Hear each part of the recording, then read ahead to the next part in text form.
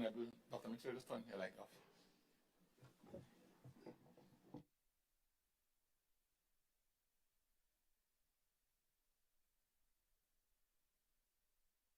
Dr. Mitchell, because of where this thing is, you can leave your mic on because I sense reaching the switch from where you stand might be a challenge.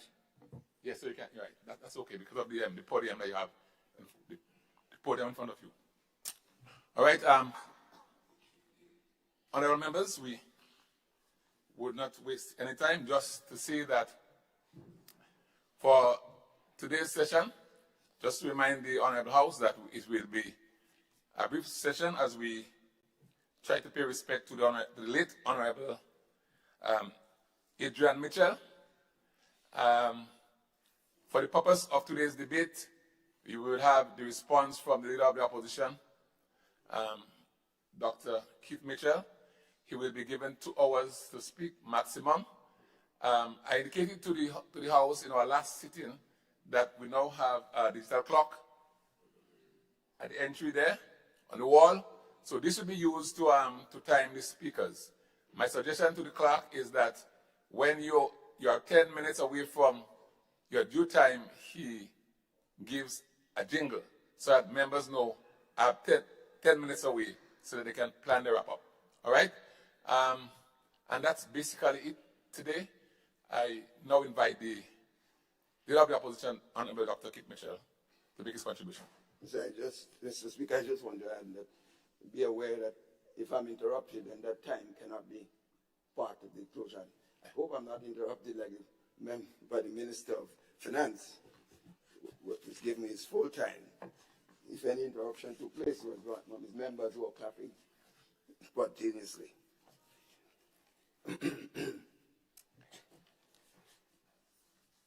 Mr. Speaker, I stand here today with a very heavy heart, as I'm forced to decide to respond to the national budget presentation on the same day that I have been asked to do a special tribute for my former colleague and special friend, Adrian Spaceman Mitchell. Mr. Speaker, we are asked to have a minute of silence on Monday as a mark of respect for Adrian, which I thought was not fitting enough for his contribution to this Parliament and this country. Instead, Mr. Speaker, we should have honored him by not having this session here today, in addition to the minutes of silence.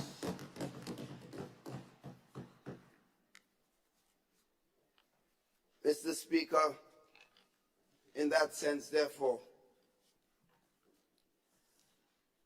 I was asked by the family to be there with them this morning, but I had to not accept that, or tell them I'll be there as soon as possible. So expect me to leave here immediately after my presentation, out of respect for someone who has served this Parliament and given a service to this country. Politics should take second place, Mr. Speaker. This brings me into focus, Mr. Speaker, how this government has operated the business of this House since the last general elections. The present government seems to believe that they can manage the business of this House at their whims and fancy,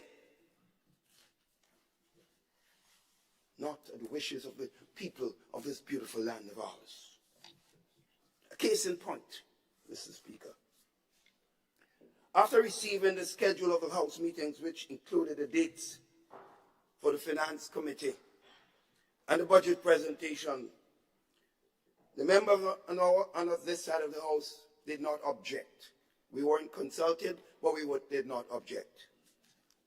This meant that the finance would have been held on November 17th, as was announced, and the national budget on the 8th of December, as our team arranged our schedule based on scheduled duties, personal and otherwise, without the consultation. The date of the Finance Committee meeting was changed from November 13th to November 17th, to the 13th.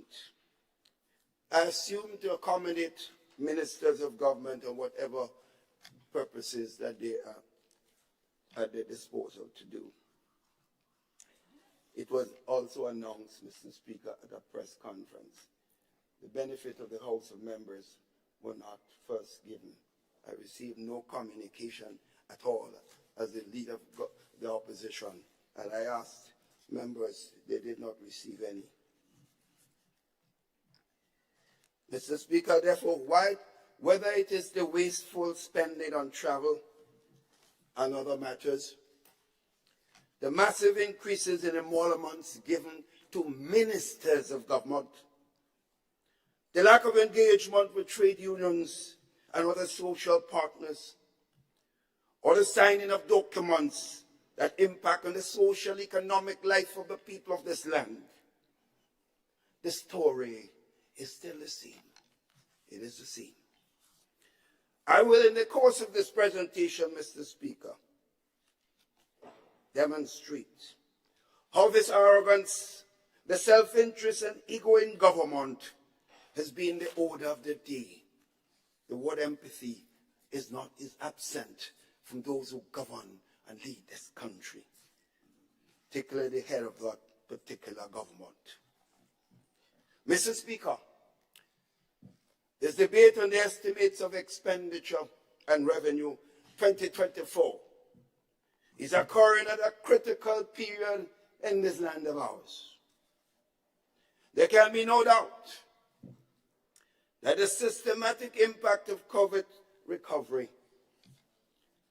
the supply side disruptions, the blowback of wars that we cannot understand, and the catastrophic effects of climate change have left the global environment more uncertain, less forgiving, and harsher. Indeed, Mr. Speaker, the budget debate 2024 is occurring at a time when the Grenadian economy has already begun to display clear signs of slowdown, with real GDP between 3 and 3.6% over the next 2 years. Yet, Mr. Speaker, on Monday, December 4th, 2023, Grenada experienced a historic moment in this land of ours. Indeed, it may well have been the first budget, in my experience, where the Minister of Finance did not convince himself first before failing so miserably to convince this owner of a house and the Grenadian population that what he was given to read was indeed credible, Mr. Speaker.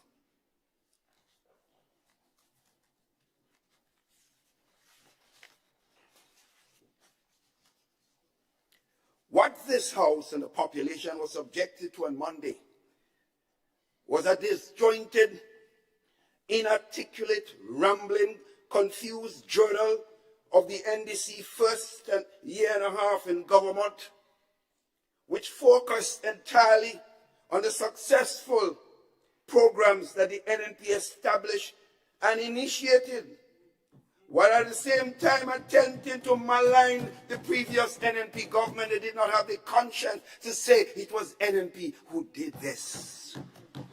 But the people not sleeping and the God is not sleeping.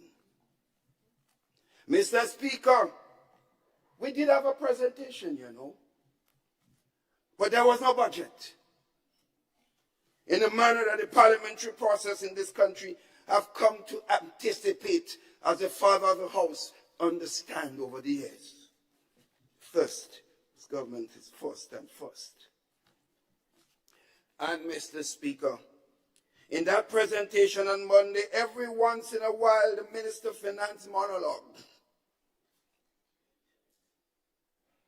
And then keep saying the NNP, excellent track of record that we know it was for economic stewardship was introduced, as he said, but it was followed by some bites, such as, and I quote, they said we couldn't do it, or what we did in a year and a half, they couldn't do it in decades.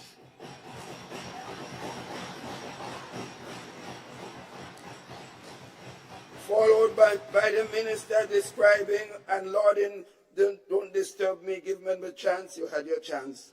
The successful NNP programs, which the NDC has the good fortune to inherit, and should have even had a better sense to keep it all, Mr. Speaker. Clap. Mr. Speaker, it appeared that at least the Minister of Finance himself was aware that he was taking one for the team. Because this was truly a new low in the history of presentation of estimates of revenue and expenditure as we know it. So after 1.5 hour and 47 minutes, the entire country, and we're sitting here and others, would have been asking, when will he start going into the 2024 budget? And then, just then, Mr. Speaker, just so, I heard the words. Mr. Speaker started saying, calling out acknowledgements. He was beginning to end this presentation. Mr. Speaker, what a tragedy. We were all stunned by the announcement, therefore, later on, after the budget was presented and the minister would have got a chance to announce all the nice things he wants to announce, because that is his day. There was an announcement after a special meeting, I understand, that public officers will now get a 25% salary increase as a payment, a one-off payment, Mr. Speaker. This shows, Mr. Speaker, that the government was in panic mode after the dismal presentation, Mr. Speaker. That's a fact. You don't make an announcement like this just after your best time to announce. I was having fun, Mr. Speaker. Mr. Speaker, on the issue of climate change and the recently concluded COP28, Mr. Speaker, Grenada for several years played a determining role. Mr. Speaker, Grenada was chairman of the small states for years and led a number of important initiatives for small states throughout the world. And Grenada played a role in determining the importance of the global climate negotiations. We are therefore encouraged by the achievements of the global community and small states specifically at COP28, particularly in the achievement of the Loss and Damage Fund. This Loss and Damage Fund will go a long way in re-risking, alleviating, and building climate resilience among communities impacted by climate change. We therefore look forward to the implementation of the Loss and Damage Fund. And we continue to call for broader, decisive action on climate change. Unfortunately, Mr. Speaker, the recent amendments to the Fiscal Responsibility Act and other laws by this administration have stifled the creation of adequate buffers necessary to complement the external climate and other financing. Would certainly stifle it. You may recall, Mr. Speaker, the amendment made to the Transformational Fund regulations, reducing the contingency fund from 40% to 10% earlier this year, Mr. Speaker. And they claim they're making a lot of revenue and CBI doing so well. But you're reducing contingency fund, so to speak. Mr. Speaker, when Hurricanes Ivan and Emily destroyed our country in 2004 and 2005, we had little or no saving to use in the rebuilding process. And we were heavily reliant on loans and support and being beggars for the international community, the donors and friendly governments. We were on our knees. We had no savings. We were therefore urged, and we agreed to have an appropriate saving for future disasters. This we did, as this government itself admitted that they met a pregnant treasury when they got into office. So the impression given by this government that we had no money for contingency is misleading, very misleading. The Minister of Finance must know, and those who lead him must know, that all monies in the Treasury are under the umbrella of the consolidated fund. It doesn't matter whether it's contingency fund or special fund. That's where it is. And you said you met it pregnant. Get it right. Can't have your cake and eat it at the same time. Words are good for lawyers. Mathematicians think differently, Mr. Speaker. Sorry. Brother Peter.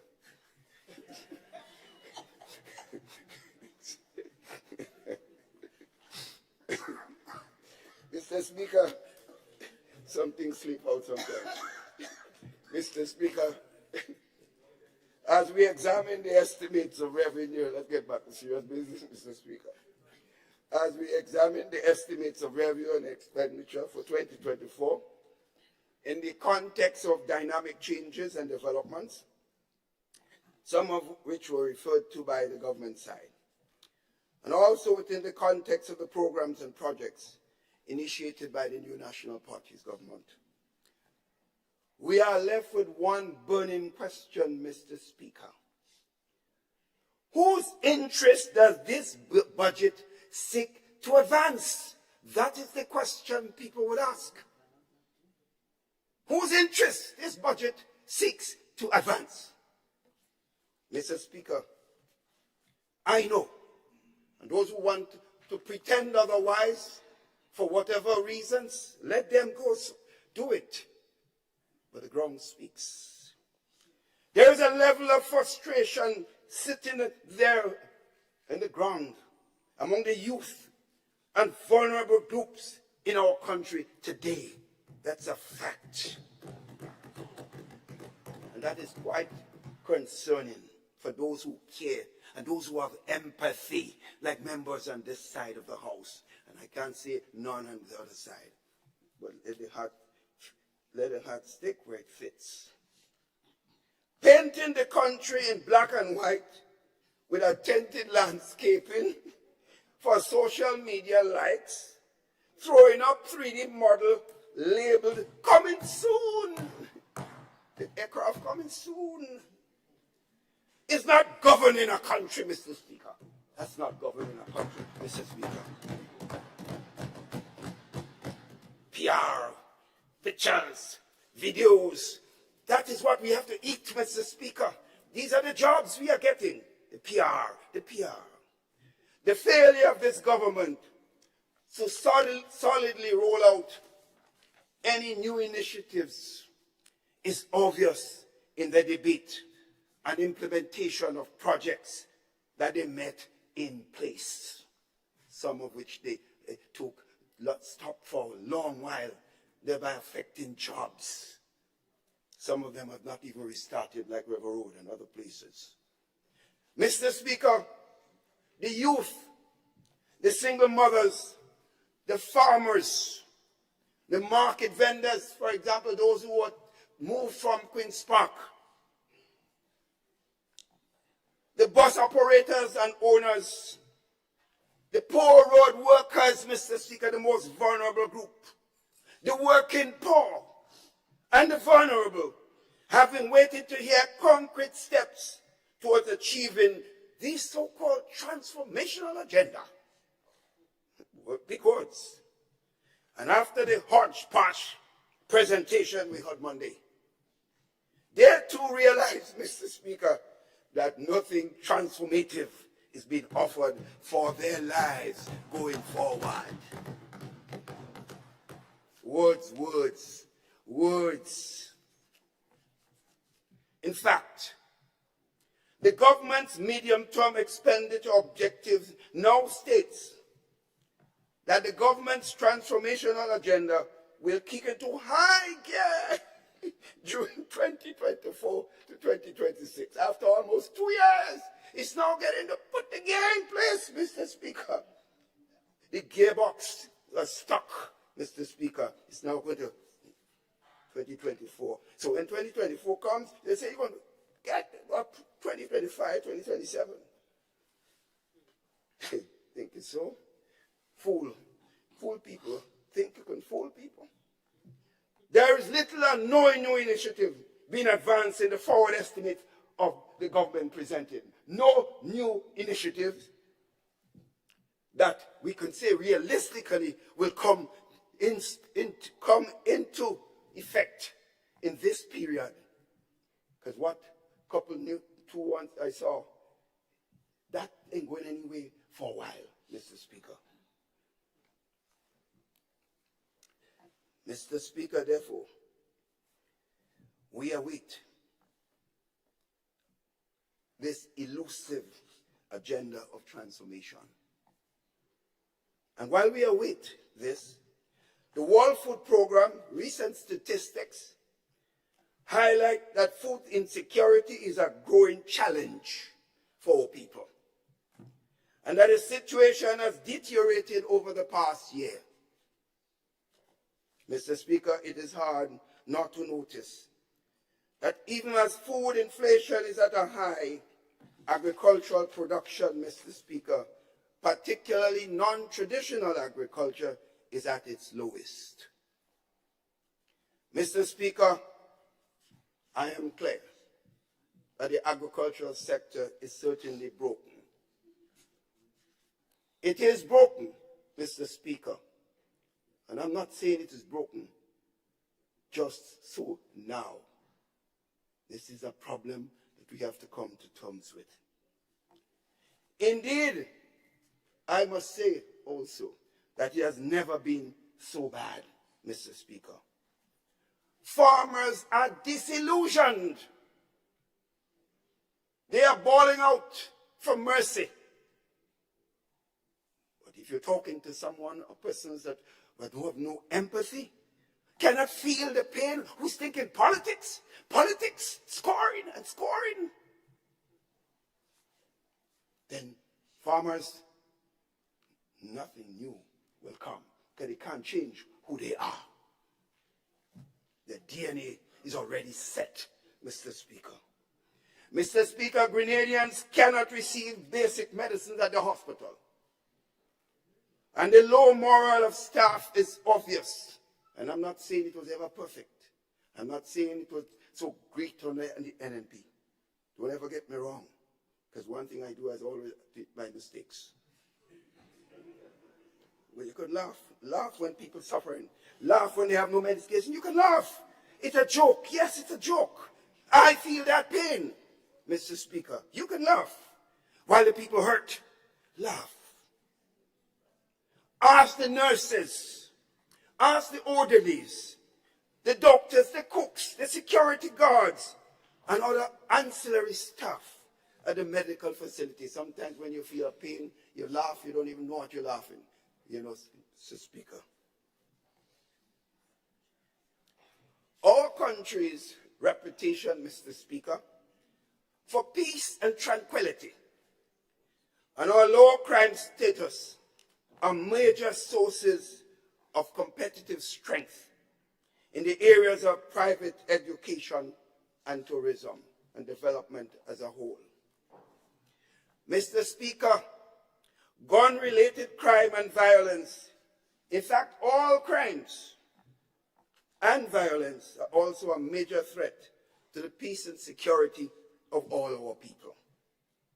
The crime situation is an imminent threat to the country as the Minister of National Security and Prime Minister continues to systematically dismantle the police force and lower the morale of the force. The failure to promote officers based on established policies and the motion of others because of what is perceived the political alignment has created an atmosphere of discord in the police force. Moreover, the continuous transfers, the semantics on advancing promise, pay and grade, all sorts of dancing. The meager duty allowance to the rank and file of the force, and the sluggish approach to treating repairs of police stations have cumulatively resulted in a demotivated Royal Grenada Police Force that has to be arrested quickly. The frustration is evident in a number of officers who have already opted to take early retirement, and from information, many more intend to do so. We have to arrest the situation, Mr. Speaker. Mr. Speaker, the challenges facing existing officers would affect the new recruits that are entering with a mere sometimes 4 weeks training stint. How, Mr. Speaker, how prepared will these officers be to protect and serve as the oath demands?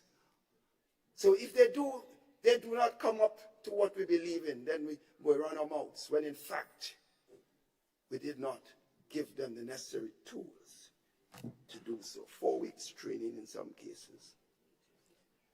Mr. Speaker, the security of this country is at stake. And we take this opportunity to call on the government to urgently arrest this situation. It's not about just each of us here. It's about all the citizens of the country. Mr. Speaker, these are the prevailing circumstances in which the citizens of Grenada look to the policies and programs of the government in any given budgetary cycle for relief and opportunities. These are what we are looking for, not thumping of the chest and boasting about the bi-monthly payment program of public officers. In some cases, it it's kind of frightening. Bi-monthly payment, what has left many officers at the end of the period when it's supposed to come without a salary because the situation is broken. You should listen to that first. Not the payout of retroactive pension, also to less than 1% of the population, while crucial social programs have been cut. No empathy, no conscience. Me and me and me. How I look, how I be. Mr. Speaker, this budget cycle is cast in the context of hyperinflation. You know, Mr. Speaker, they can't keep quiet. I was very quiet when they were speaking. They can't. But I understand. When you're uncomfortable, you talk sometimes like a baby. In the context of hyperinflation, contracted growth, increased crime and violence, an unacceptable high youth unemployment, and a largely vulnerable working class, this is the order of the day, Mr. Speaker.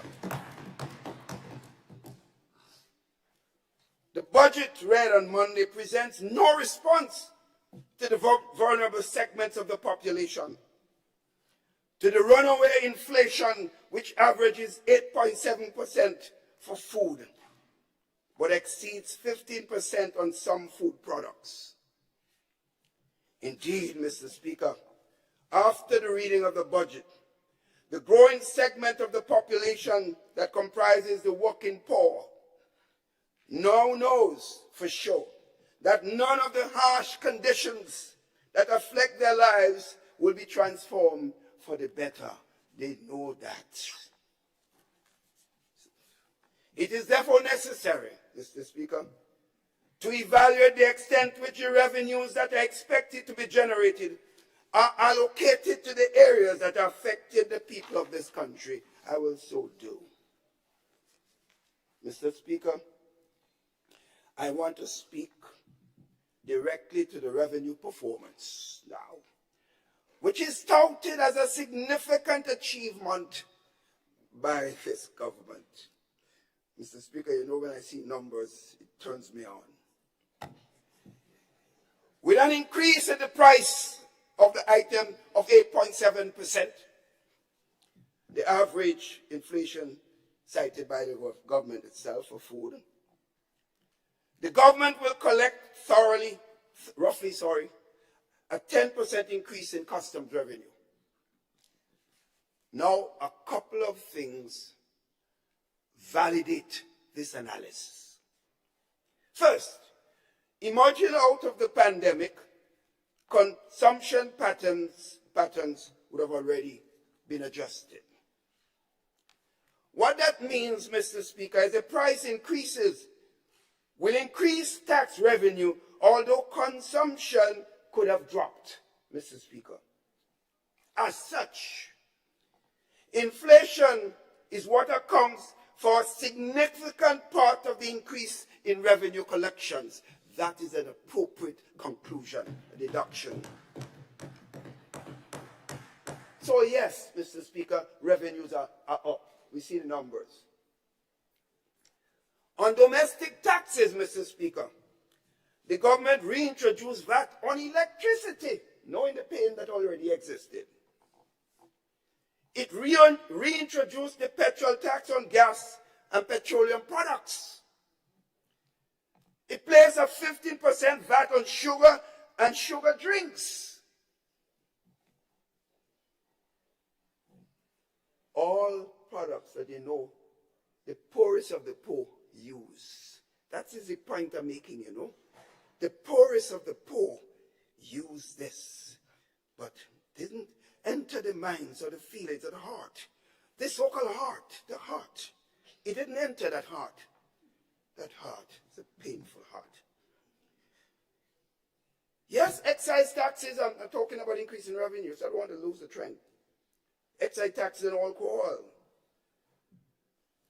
Increased license fees for road users. But also again, they impose a charge on water. Water, you know, Mr. Speaker, water, basic service, Mr. Speaker. All of this, Mr. Speaker, are serious revenue enhancement measures. So when they're boasting, the boast came with the pain of the most ordinary people in the society. Additionally, the government has provided an amnesty to encourage taxpayers who owe taxes to take advantage of the tax break. When we consider all those things, Mr. Speaker, together, the revenue performance must be seen as a combination of price effect of inflation,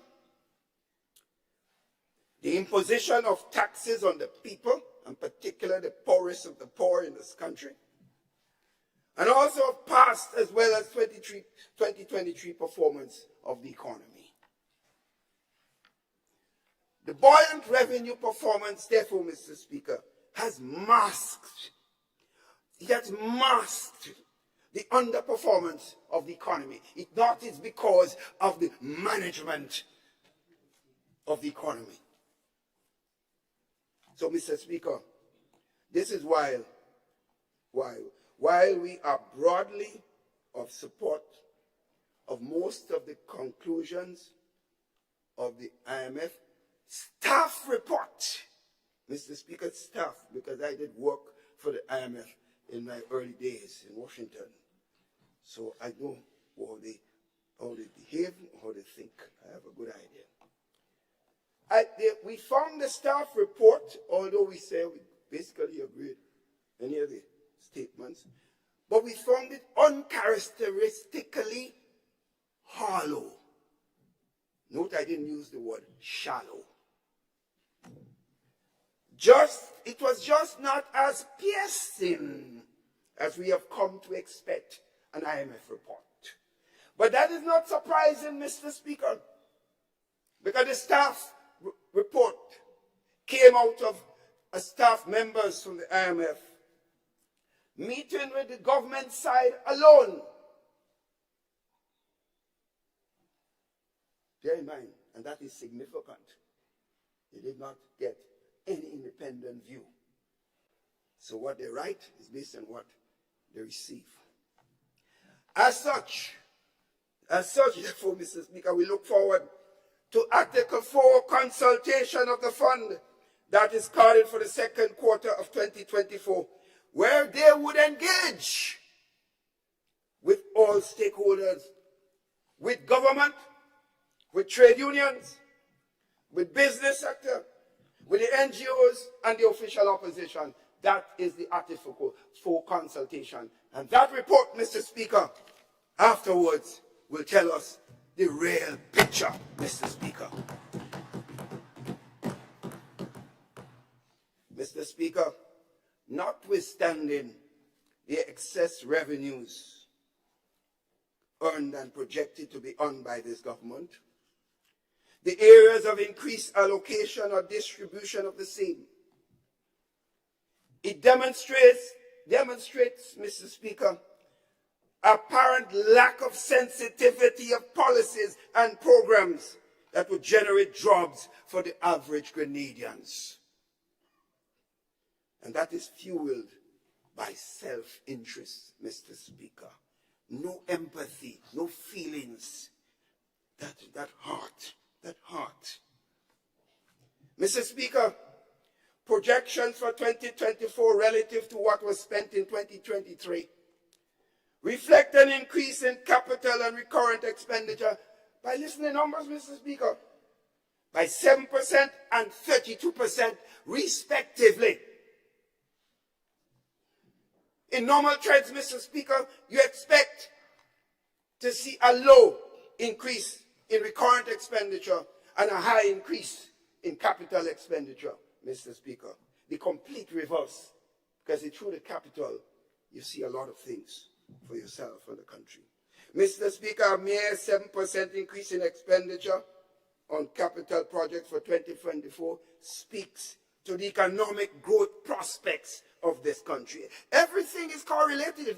It's not verbal language that you see, or someone coming on TV or radio and talking without any basic knowledge of what is taking place. It is a correlation of what is happening at all fronts, the multivariate situation, Mr. Speaker. Mr. Speaker, this government is enjoying record passport sales to the Russians, while the Minister of Finance and Prime Minister, the Special Envoy for Investment, and the Treasurer of the National Democratic Congress, they're happy. But not a single new investment project has come to Grenada during that time, Mr. Speaker. Not a single one. All you're hearing about the regurgitated NMP projects. And while they're saying so, Mr. Speaker, the attack goes on. This government has sold more passports to Russia in 3 months than the New National Party government did in a whole year, Mr. Speaker. That is significant. Mr. Speaker, and during the time of the projects, we could see, although they're touting them now as if it's their projects, Range 6 Sense, the Intercontinental, the Beach House, Livera, and Mount Hartman, just to name a few. All projects that are working. Give us credit, man. Give us, Mr. Speaker. give us credit. We're not children, therefore we're not going to jump up and... Mr. Speaker, to date, this government has not brought a single new CBI project. But they gave 22 million US dollars of the hard-earned taxpayers' dollars to a man who invested only 18 million US EC dollars in Grenada, Carriacou, and PT Martinique. 22 million US dollars, you know what that could do for the average man in the country? You know how much road work at Christmas time that people could be doing business and making Christmas more exciting and happier times. But one man is enjoying himself in Miami, Mr. Speaker. This is only the tip of the spending iceberg on this project. Mr. Speaker, and the minister was bold-faced enough to tell us that we could have cost us over $100 million if we stayed the course. Mr. Speaker, the fact is, if we had done what we did, we wouldn't have to pay the man a cent, Mr. Speaker. Mr. Speaker, you will hear a lot more of this because we have the details and we have all the information and the data to support what we say. Mr. Speaker, the minister failed to tell us that there were investors in this project, so the government could be called upon to pay 56 million US dollars to investors on this project. We hear a word about that. And I hear about Kawana Bay and some project, Silver Sands owners. Thing is not even completed yet, but it's out there as if it's final. But that is how this government operates. Noise, announcement, soon to come. Mr. Speaker, with no new major private sector investment on the horizon, the capital spending of the government would be largely expected to drive economic activity, because the government itself, from its numbers, says 7% increase in capital from the work that they're doing.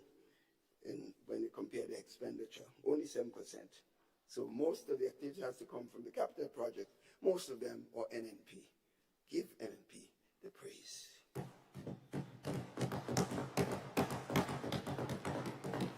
The 7% increase in expenditure is largely attributed also, and that's a fact, numbers again, Mr. Speaker. It's largely attributed to increased cost of building materials, and that's a fact. And the so-called two new projects were added to the list of the inherited ones from the new National Party's administration. Further, Mr. Speaker, there is no guarantee that these two projects will get going during this budget period. So if so, and whether the conditions will be beneficial to the people of this country. While some of the existing projects were renamed, for instance, words, Mr. Speaker, they're changing everything. The bathroom and toilet program now become WASH. WASH, yes, transformation words, Mr. Speaker. They're good at words. You get 100% on words. 0 for implementation and project implementation. 0. We want percentages and performance benefiting people. That's the mark of a government, not words, Mr. Speaker. Mr. Speaker, so that one's washed. The debushing program of now is called what? Beautification, empowerment, sustainability, and transformation. Whoa, words, Mr. Speaker, words. Or special projects, they call it now. Community mobilization, empowerment, and transformation. Ooh, words, Mr. Speaker, more words. And 2 new, Mr. Speaker, this is fun, almost fun if it was not people that we're dealing with. We could be laughing, but it's difficult to do so. Mr. Speaker, this so-called young, bright, I don't know where it is, and creative transformers, I don't see them on the transformation. And that transformation trade that we hear about. It has failed to come up with any original ideas that can create job opportunities for the people? Where are these transformers except words? It is therefore anticipated that 2024 will be another year of continuation of projects initiated by the new National Party's government. I expect to see more of this on social media posts about implementation rates and all sorts of things, where they get the numbers. And coming soon, that quote, coming soon, flight landing, rather than project initiation and performance activities. However, Mr. Speaker, we always give credit where credit is due. We commend the express intent of the budget to continue these projects and encourage the government to give accelerated implementation consideration to the Molyneux landship, and issues affecting the Western Corridor and community of River Road. Mr. Speaker, Molyneux. Poor Molyneux, hold on. Recurrent expenditure, Mr. Speaker. We were hopeful that the rate of increase in recurrent expenditure would have been utilized to assist the people of Grenada, Carriacou, and Petite Martinique in some key areas of concern. However, we continue to see the lack of empathy, sensitivity, the cold-heartedness, and the incompetence of this government. When you see them speak, you don't see no feelings. Words, Mr. Speaker. And incompetence in several critical areas: education, healthcare, housing, social services, seed and debushing, the youth area, agriculture, and efforts relative to inflation. Education, Mr. Speaker. Mr. Speaker, the government touted its free tuition, quote unquote, free tuition program as a major success. We all know, Mr. Speaker, that schools in Grenada, with the exception of the T.A. Marischal Community College, the Life Organization, and private educational facilities do not have a tuition fee per se, as I say, generally speaking, but rather fees for things like report cards and a tie and the likes and other amenities, Mr. Speaker. As a matter of fact, schools across Grenada still charge parents for these things in 2023, and it appears that they will be charging them so in 2024 unless I hear something different. On the issue of TAMCC and Neuro, while tuition is paid as a one-off charge per semester, the transportation support provided by the previous government, Mr. Speaker, particularly for students in the rural communities, was reduced by $1.2 million, Mr. Speaker. I say I like numbers. Of 50%. Check your records. Mr. Speaker, this so-called free tuition deceptive headline that education in Grenada is now free. Absolute nonsense.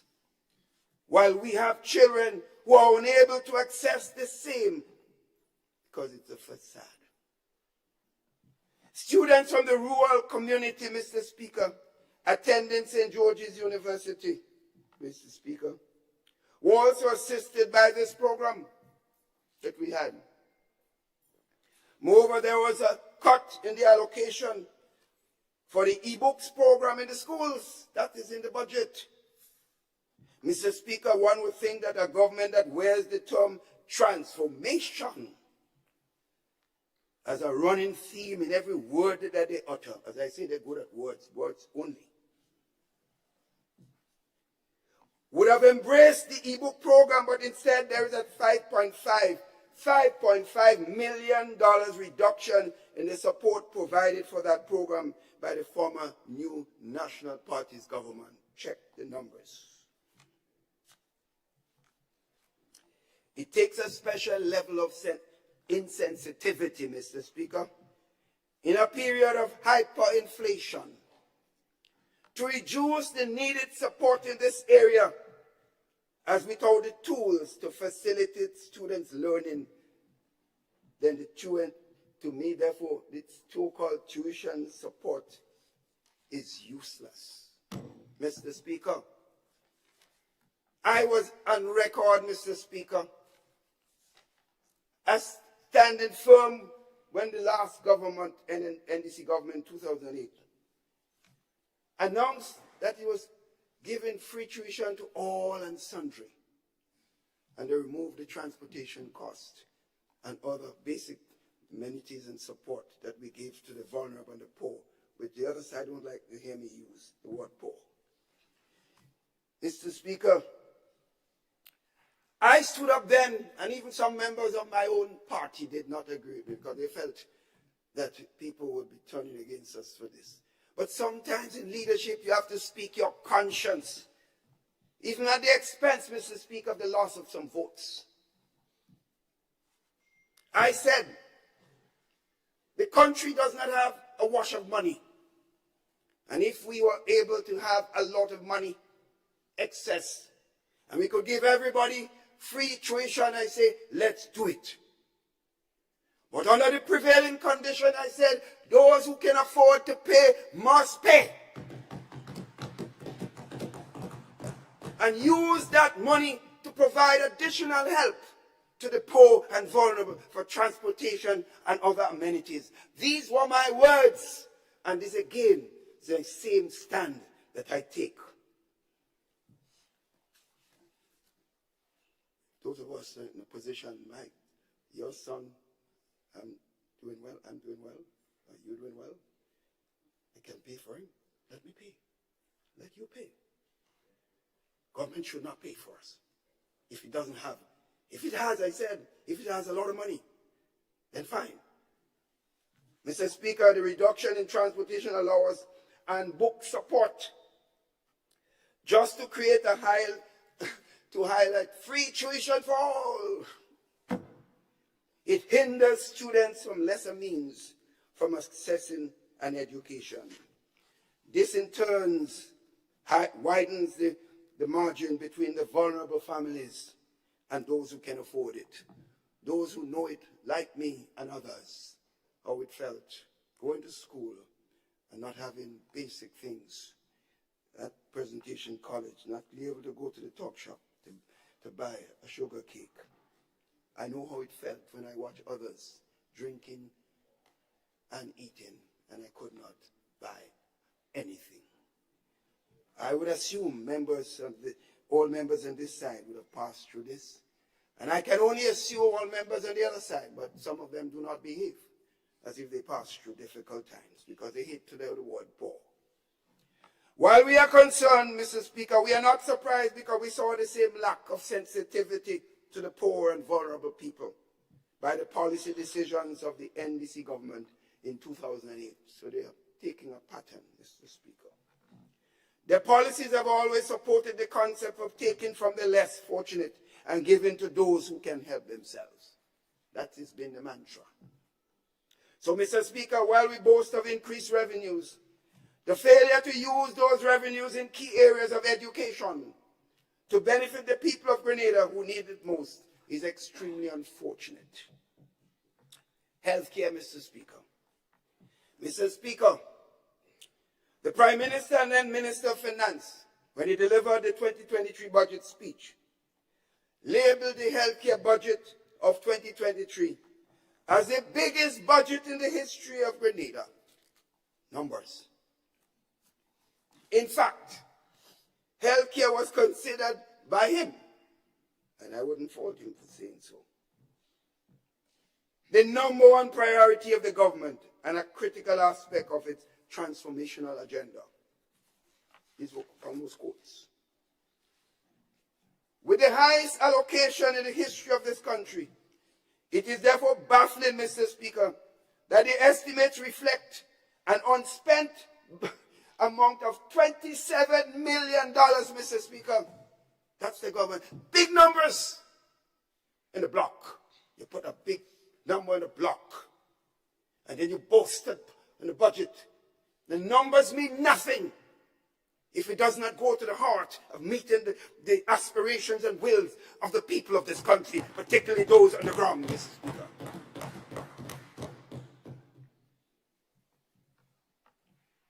It is therefore baffling, Mr. Speaker, that while this large amount unspent, we lack basic medication at our healthcare facilities. The story is wide, Mr. Speaker. Mr. Speaker, imagine $27 million would be left unspent while nurses are paid a taxed amount of $500 so they could remain silent on the issue of promised regularization. They remain silent. Don't talk. Don't say nothing. I'll give you $500. Take it. Behave yourself. As the government actively entertained privatization talks with venture capitalists, and there's nothing wrong with the discussion. Everyone will recall, Mr. Speaker, the nurses hitting the streets during the period of the new National Party's government as they felt our phased approach to regularization was not at the pace that they desired. While that may be so, we never stopped regularization.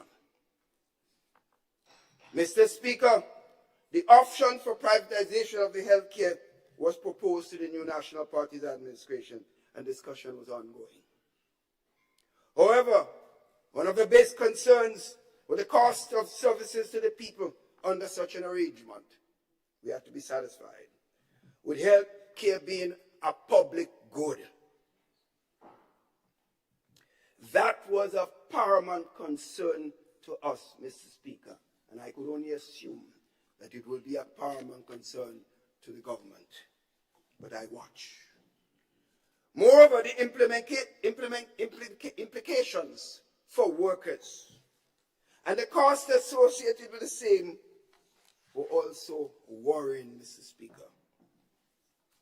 Mr. Speaker, you do not have to take my word for it.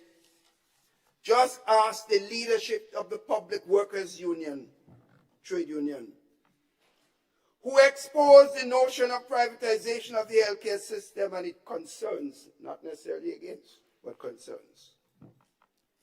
And consider his words, Mr. Speaker, when he said, he has gone on record highlighting that healthcare is worse today than it was during the period of the new National Party's government. And these statements are coming from a person who never wasted the time to criticize the new National Party's government. Even when we won 15 seats, the brother was on television the next morning attacking him before we started to work in 2018. That was his right. We weren't agreeing with him, but we did not say a word. Ask the many mothers who have lost babies at the healthcare facilities. Speak to the families who have lost loved ones due to the routine procedures. Or better yet, ask your activist in St. Patrick's West who fell and broke his jaw in 5 different places and was left unattended for 3 days, Mr. Speaker. Empathy, care, love. Mr. Speaker, this government, in all the words we have heard on Monday, will add $3.4 million to the healthcare budget, so they add more, although they didn't spend $27 million. Adding $3.4 million, making this one of the largest in history. Make no mistake. We anticipate the same results. The leadership of the policy level at the Ministry of Health is woefully inadequate and everyone knows it. But it's also a reflection of the entire government, generally speaking. I can't say all, I'm always careful to say all because I know some of them. Instead of minding the business of the healthcare system, the Minister of Health is busy erecting signs in Northwest St. George's. And somebody member asked me, Doc, how is Northwest? Northwest is well, my brother, and it will always be well. Erecting signs and delivering sporting balls while the people are hurting and dying at the General Hospital, Mr. Speaker. But I don't want to make this a question of personalities. So while I advocate and concerns for the leadership, I caution the government on the issues of privatization. The caution, as we must consider the nature of healthcare as a public good. Housing and social services. Yes. Mr. Speaker, this government has budgeted $9 million for Project 500. One of the new ideas coming from the government, and we applaud them for at least thinking about something. I thought you guys lost your brains, but it seems like you had some. However, Mr. Speaker, if you are able to take one from what happened,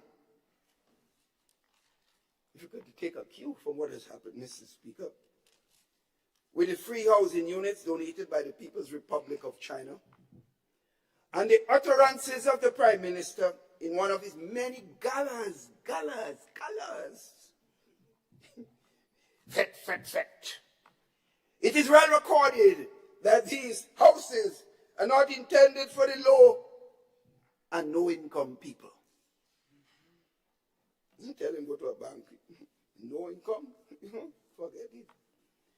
The mere fact that this category of persons were asked to approach a financial institution to secure a loan to make upfront payments for housing units that were donated by the government and people of China through our initiative and NNP government, and sadly so to the late brother Elvin Nimrod, who were a key person in those discussions. One can naturally expect that the houses that are to be built by this government will not be targeting these poor people. That is the DNA of this government, unless those who decide of a conscience have the day. Additionally, Mr. Speaker, Grenadians at a National Democratic Congress political party function in the diaspora were encouraged to invest in those homes. Nothing's wrong with that. Accordingly, the allocation made in the 2024 budget is not intended to fill only the housing needs of people on the ground who have no homes. But you might be thinking of others who might be better off in some cases. I can't say in all cases, Mr. Speaker. But it also can be channeled to party hawks, Mr. Speaker. Additionally, Mr. Speaker, the amount of funds usually spent on the housing brigade, this housing brigade, is now referred to by this government, what? The Grenada Home Improvement and Resilient Project. Words. we have a simple, we simple people, we say housing repair. But big words, man. Tie up the head with words. The lawyer speaking. Good in the court, not here. It has been reduced by $1 million, Mr. Speaker. $1 million. Accordingly, we anticipate fewer people being assisted by the house repair program. Mr. Speaker, it's often said by members of this government that the new National Party is fixated on the poor and vulnerable or the people on the margins. Mr. Speaker, we make no apologies for this fixation because part of the prevailing philosophy of the new National Party is to create an enabling environment for everyone to strive. But there must be a special focus on the poor and vulnerable. Mr. Speaker, I commend therefore the relentless efforts of all the voices in this country who have consistently called on the government to have a heart and return the 150 to the seed beneficiaries. They made a call for a year and a half.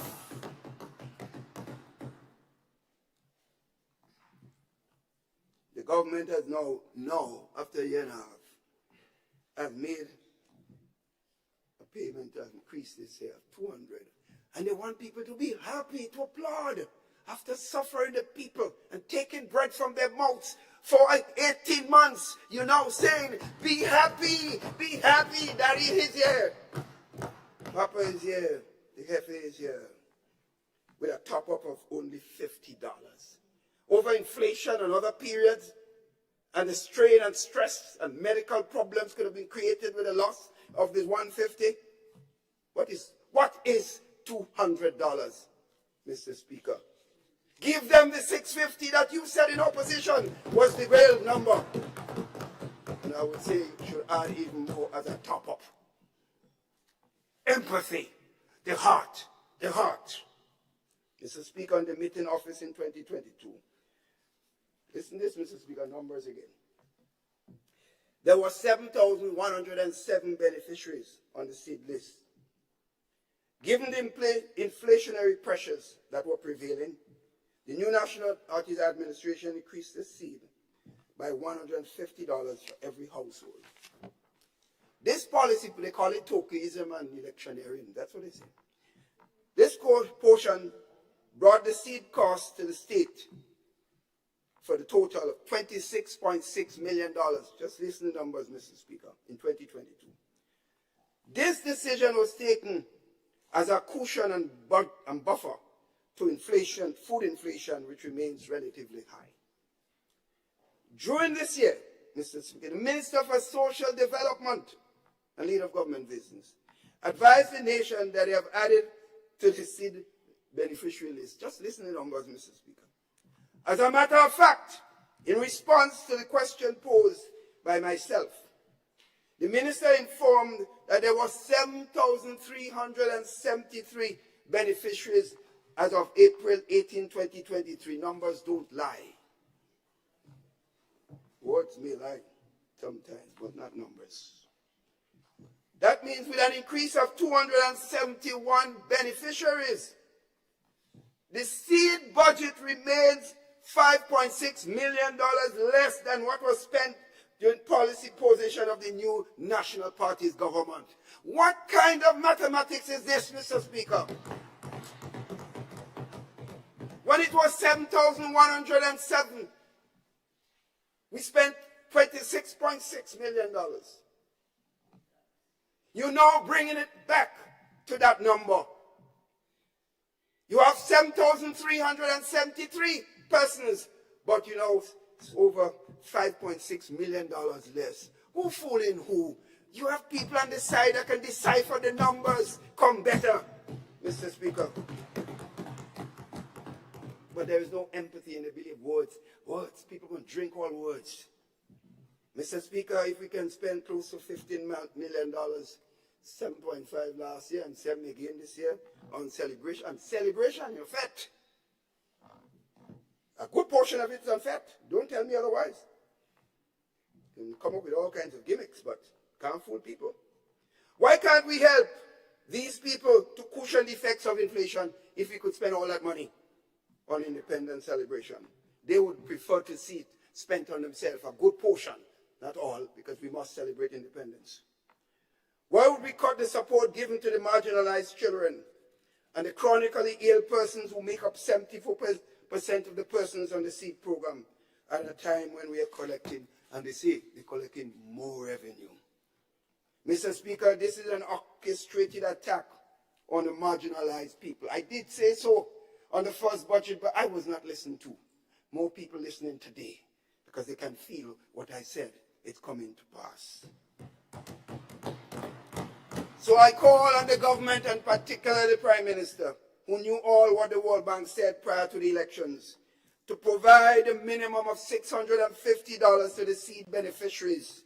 Or better still, we await the promise to eliminate poverty in Grenada, Carriacou, and Peter Matic. Not my words, these are the words of the government. I'd like to see which country will eliminate poverty. U.S., with all its wealth, hasn't been able to do it. Until such time, Mr. Speaker, we will continue to talk about the poor and vulnerable, no matter how much members on the other side talk otherwise.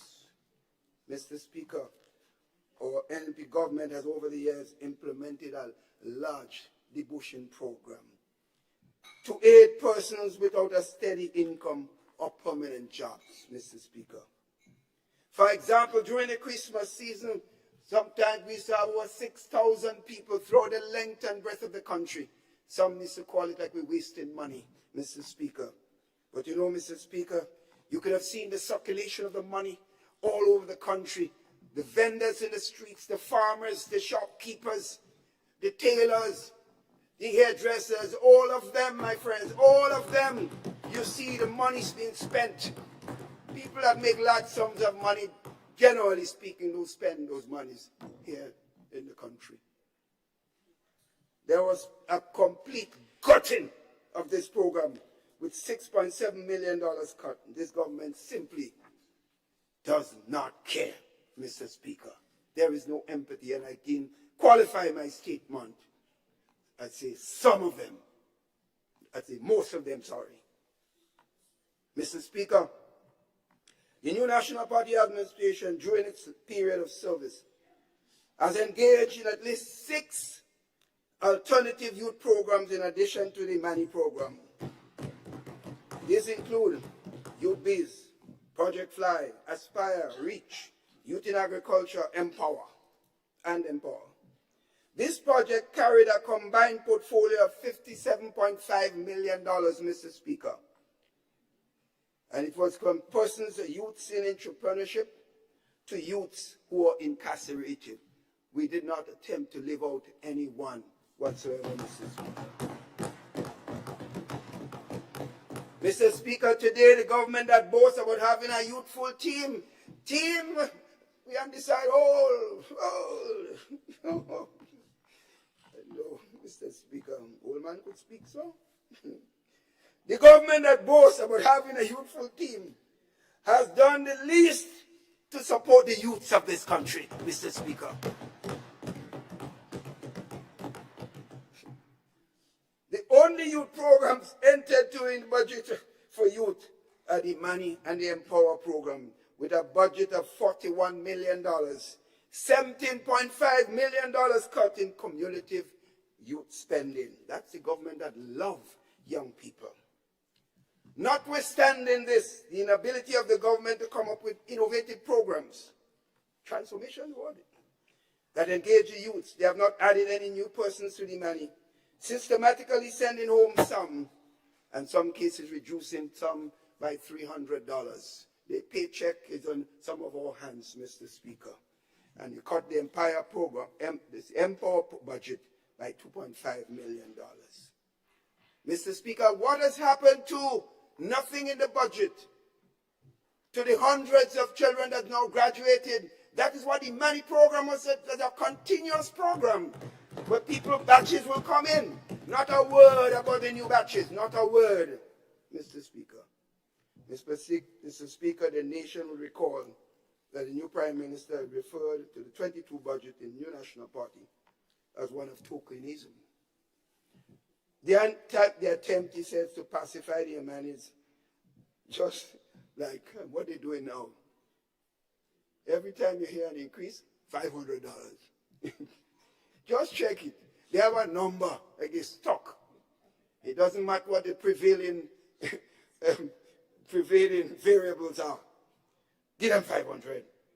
Give them. Keep your mouth shut. Don't say nothing. Like Papa, like Hefe, the greatest man on earth.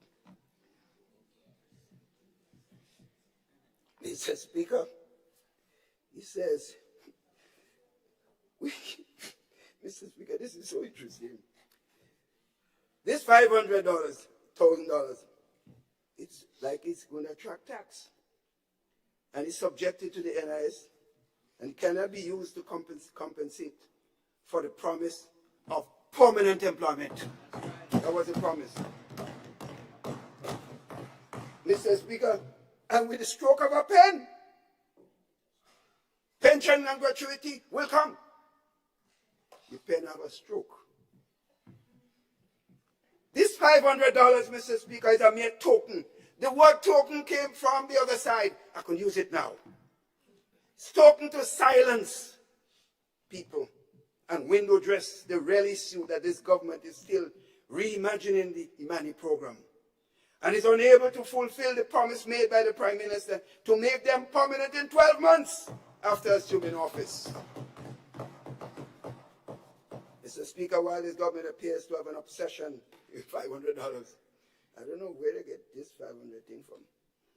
We look forward to making all Imani permanent, Mr. Speaker, and do that urgently.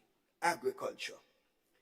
Mr. Speaker, the Prime Minister and Minister of Finance announced the largest agricultural budget in the last 10 years as he delivered the budget speech in 2023. Like the story of the Ministry of Health and the Ministry of Education, the Ministry of Agriculture has only spent $16 million out of $39 million allocation, Mr. Speaker. So you see, the numbers in the budget brackets mean nothing. Just give me a chance to dance and do semantics in the Parliament and other places. But the actual work, and from their own numbers, $16 million alone was spent. Mr. Speaker, with the largest budget and all the nice talk, $23 million remain unspent.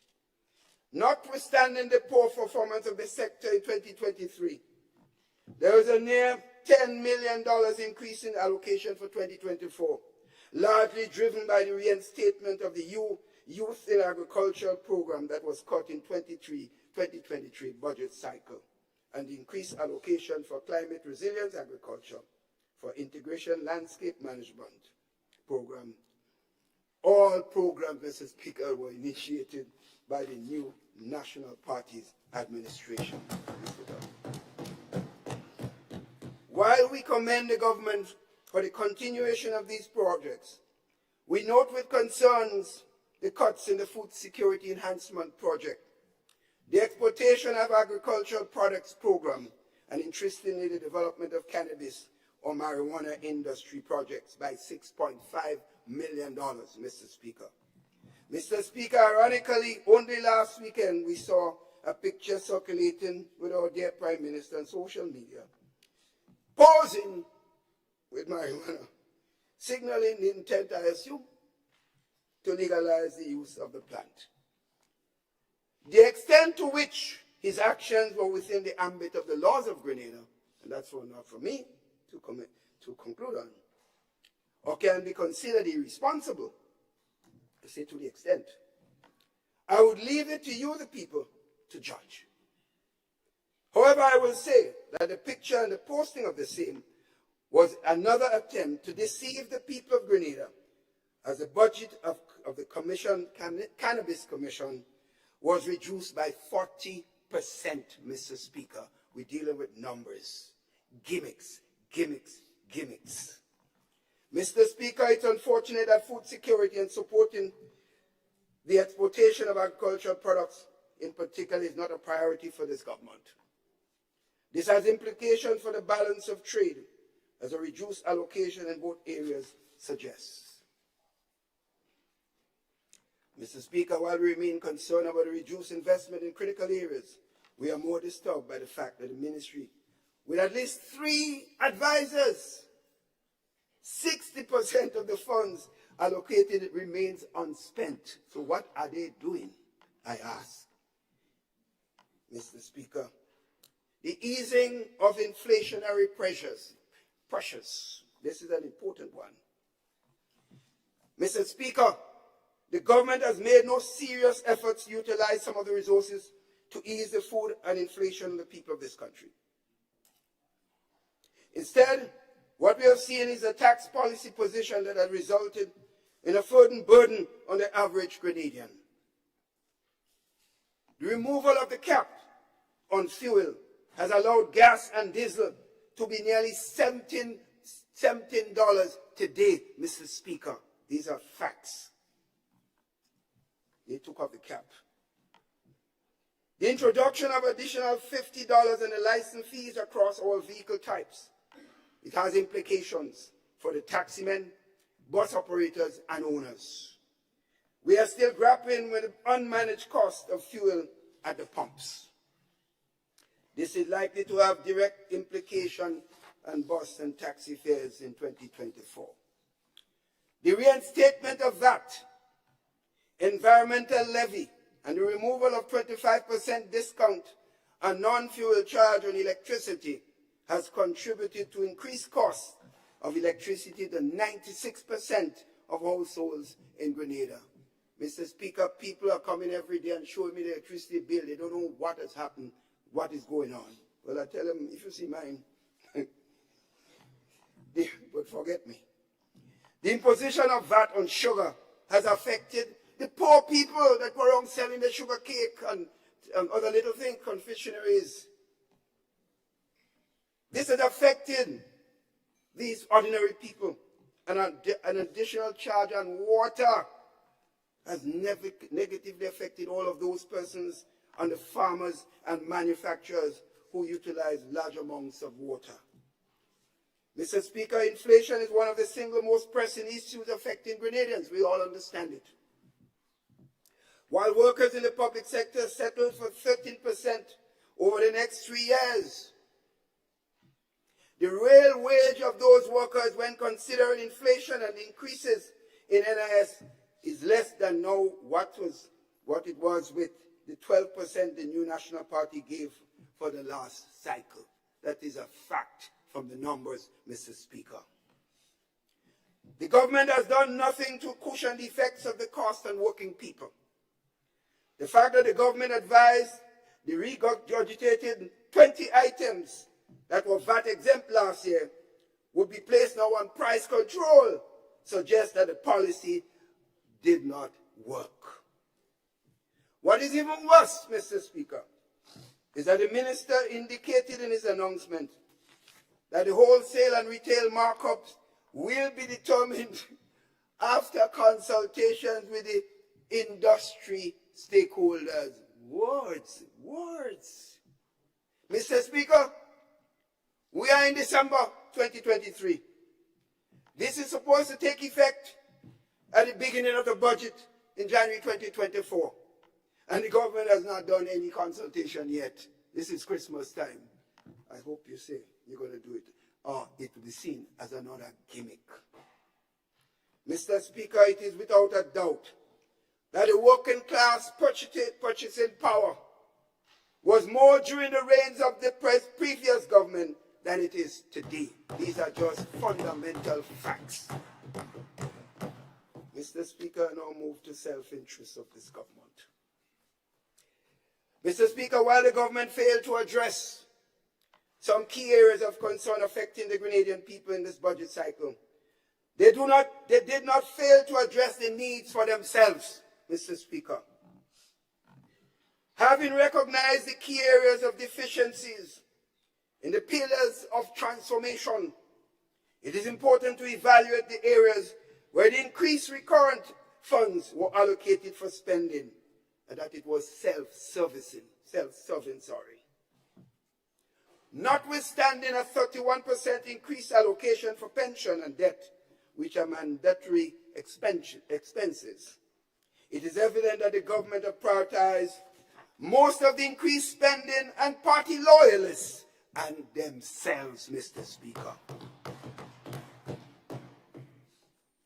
Mr. Speaker, the travel budget of the government has increased by 115% in 2024. Who is it meant to help? The poor people? And it was increased from 2022 to 2023 also. It is no secret that this government runs Grenada from the clouds, Mr. Speaker. Today, the people of Grenada have not seen any tangible benefits from those rendeavoirs.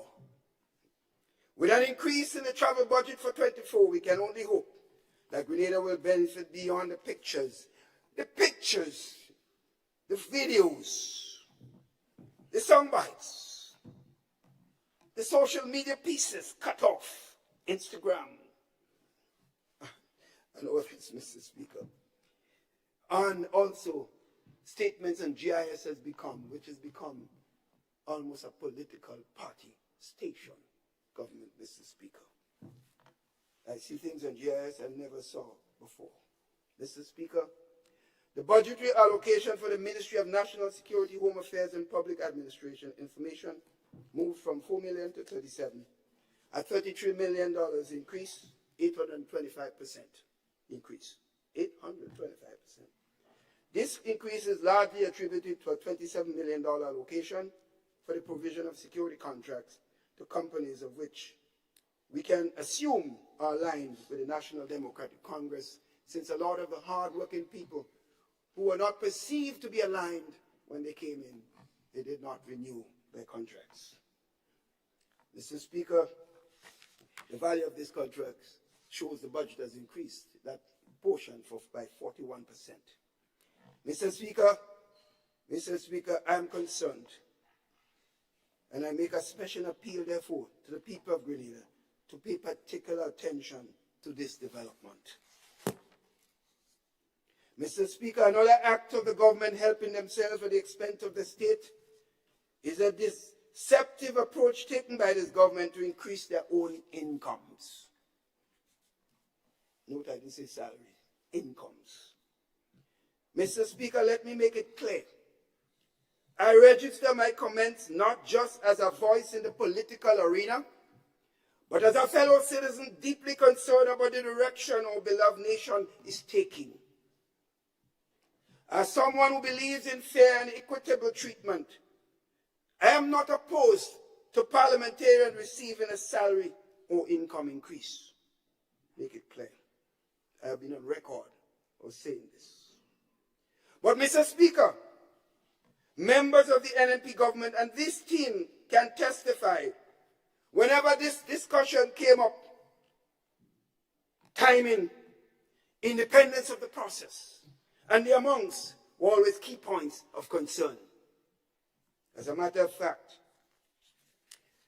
the current government has a 2/3 majority largely because of the desire for more money. On the issue of independence of the process, the new National Party in government, with a 15-seat majority, Mr. Speaker, did not arbitrarily sit in cabinet and decide to increase the income of its members. We did not.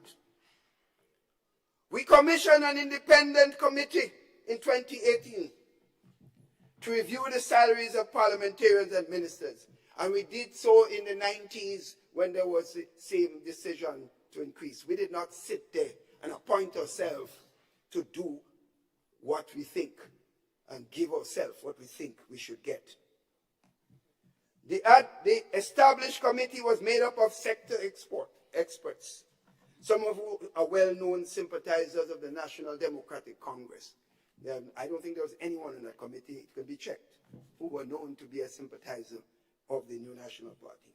And I just named Henry Joseph, who was also for years the treasurer of the new National Party, and he was named chairman. The National Democratic Congress. Henry will be mad with me, because you never want to be associated with the NNP. He was chairman, appointed chairman, and he was the treasurer also. And many other members, I wouldn't waste the time to call the other members' names. They recommended some increases, Mr. Speaker. And if you go through what they recommended, even then, and you add inflation, Mr. Speaker, if you go through all of that, it will never come up. It will never come up. I have details of the percentage, but I will not go through that list. It will never come up. I heard people trying to justify that what they came up with would equate to what the government has now decided to give itself. Total falsehood, Mr. Speaker. The numbers do not lie. The numbers are there, Mr. Speaker. Mr. Speaker, the report was presented for review and a wider consultation in 2019. Mr. Speaker, of course, it was not available to be incorporated in the 2020 budget cycle. It could have come into supplementary budget, yes, but Mr.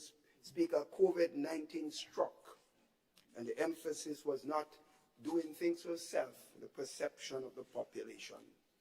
It was about, Mr. Speaker, taking care of the needs of the people of our land, Mr. Speaker. So we suffer ourselves for the benefit of the population. Therefore, I stand by my previous statements and I strongly maintain my views on this issue, Mr. Speaker. The Prime Minister claims that he has power and he knows how to use it with a stroke of a pen. So the stroke of a pen, the salaries of ministers were increased. Stroke of a pen. Use power, man. Use it. You get it? Use it. The former government, NDC government head and his team did not know how to use it. I will show them how to use power. I have it. Use it. People use power for all kinds of things, Mr. Speaker. You see it all over the world. To brutalize their citizens. To justify killing babies. That's what they use power for, some.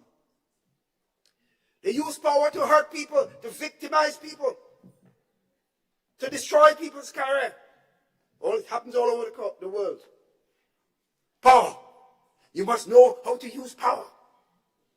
Not for yourself and those you like, but the interests of the people of your beloved land, Mr. Speaker.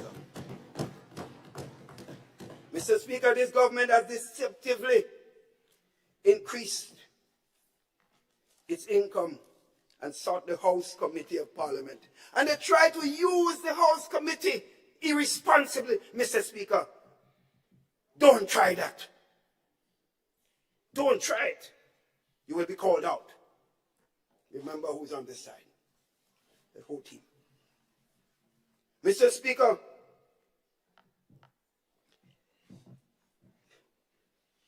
listen to this. The required process should have been, after an independent committee was established to look at the salaries, the required process should have been for income increase for parliamentarians.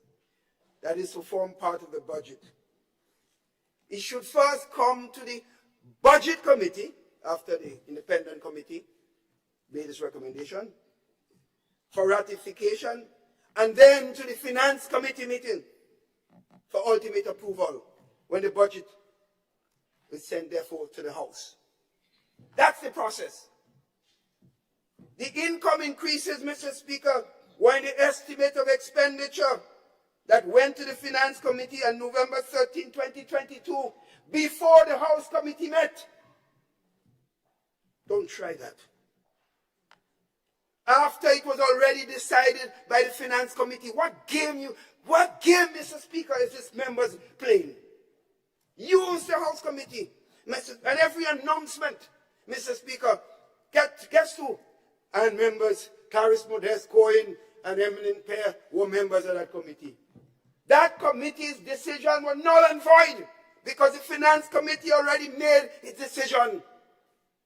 And the legal authority says that it goes from Finance Committee to the House. No changes can be made after that, unless you have maybe a special sitting of the Finance Committee.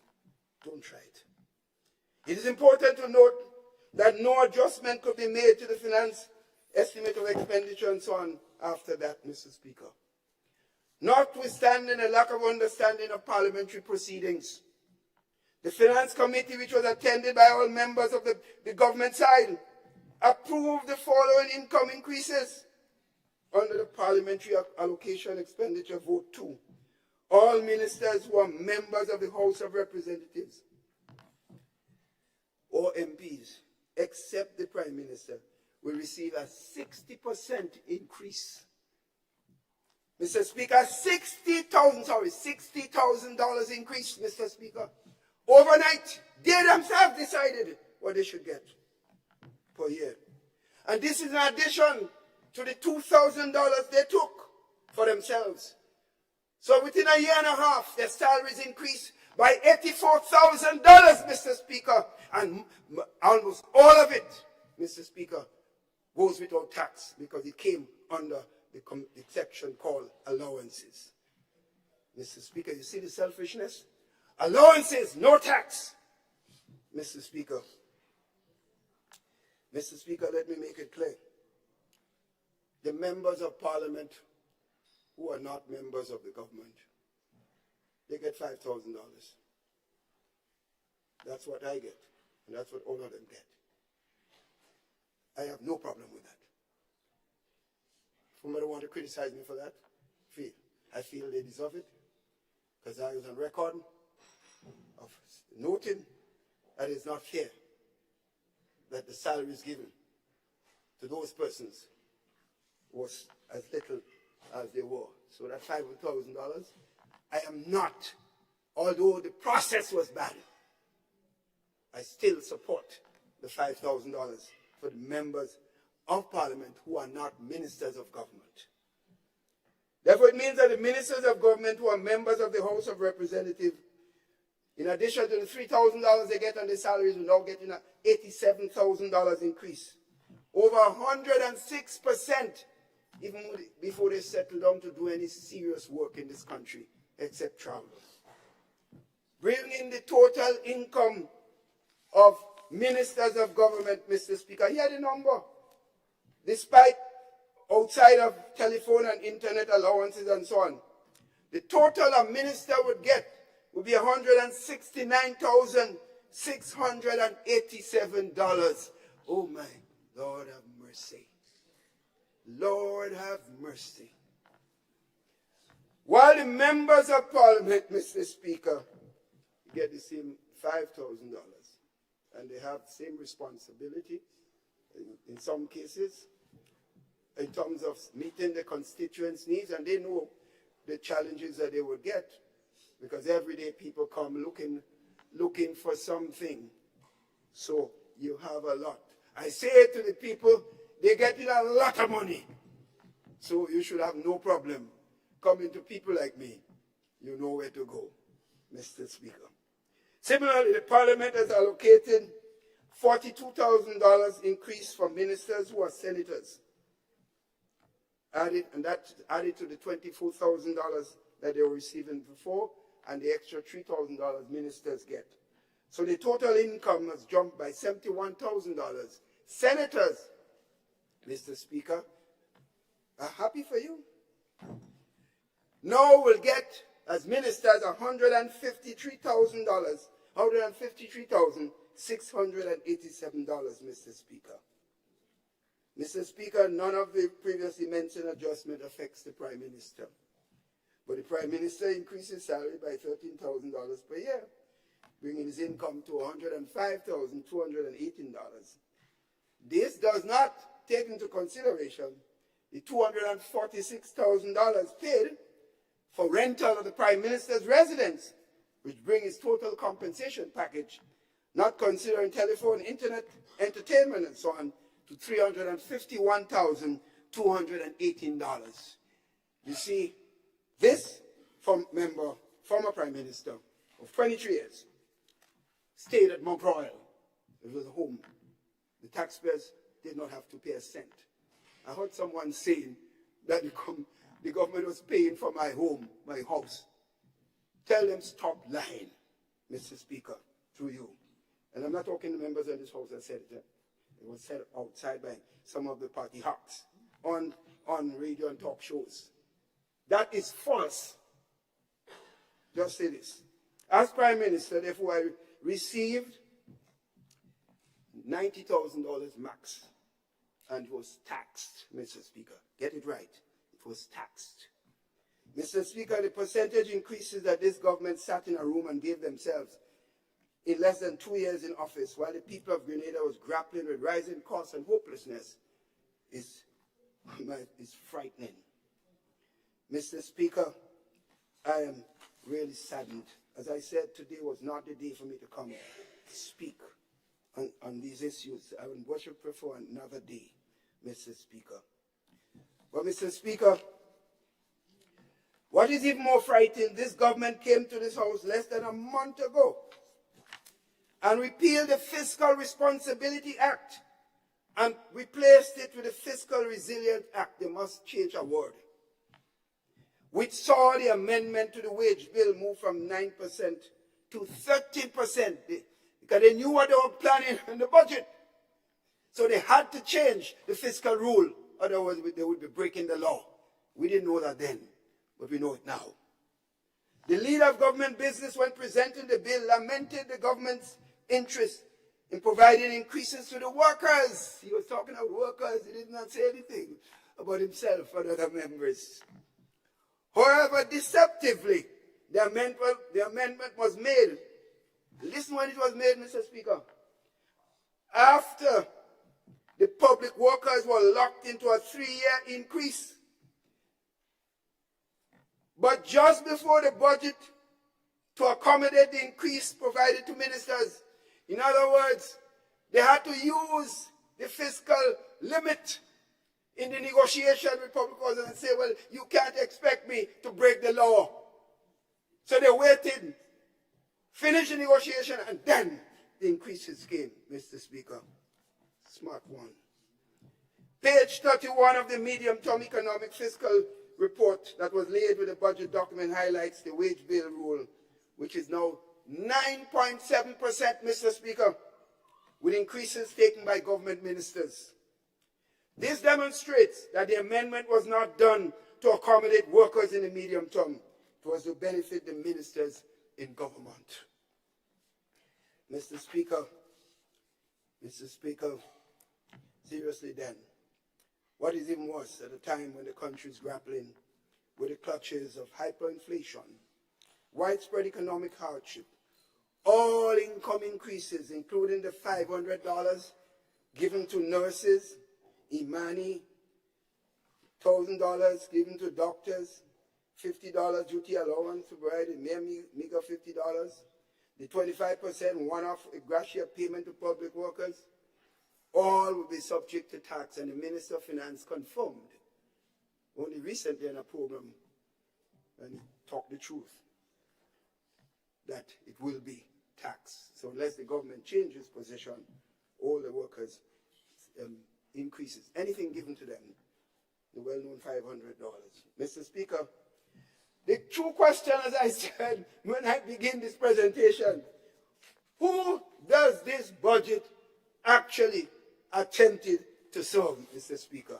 Question that everyone should answer. Mr. Speaker, sorry, watch the time. This decision is not just economically imprudent, those increases.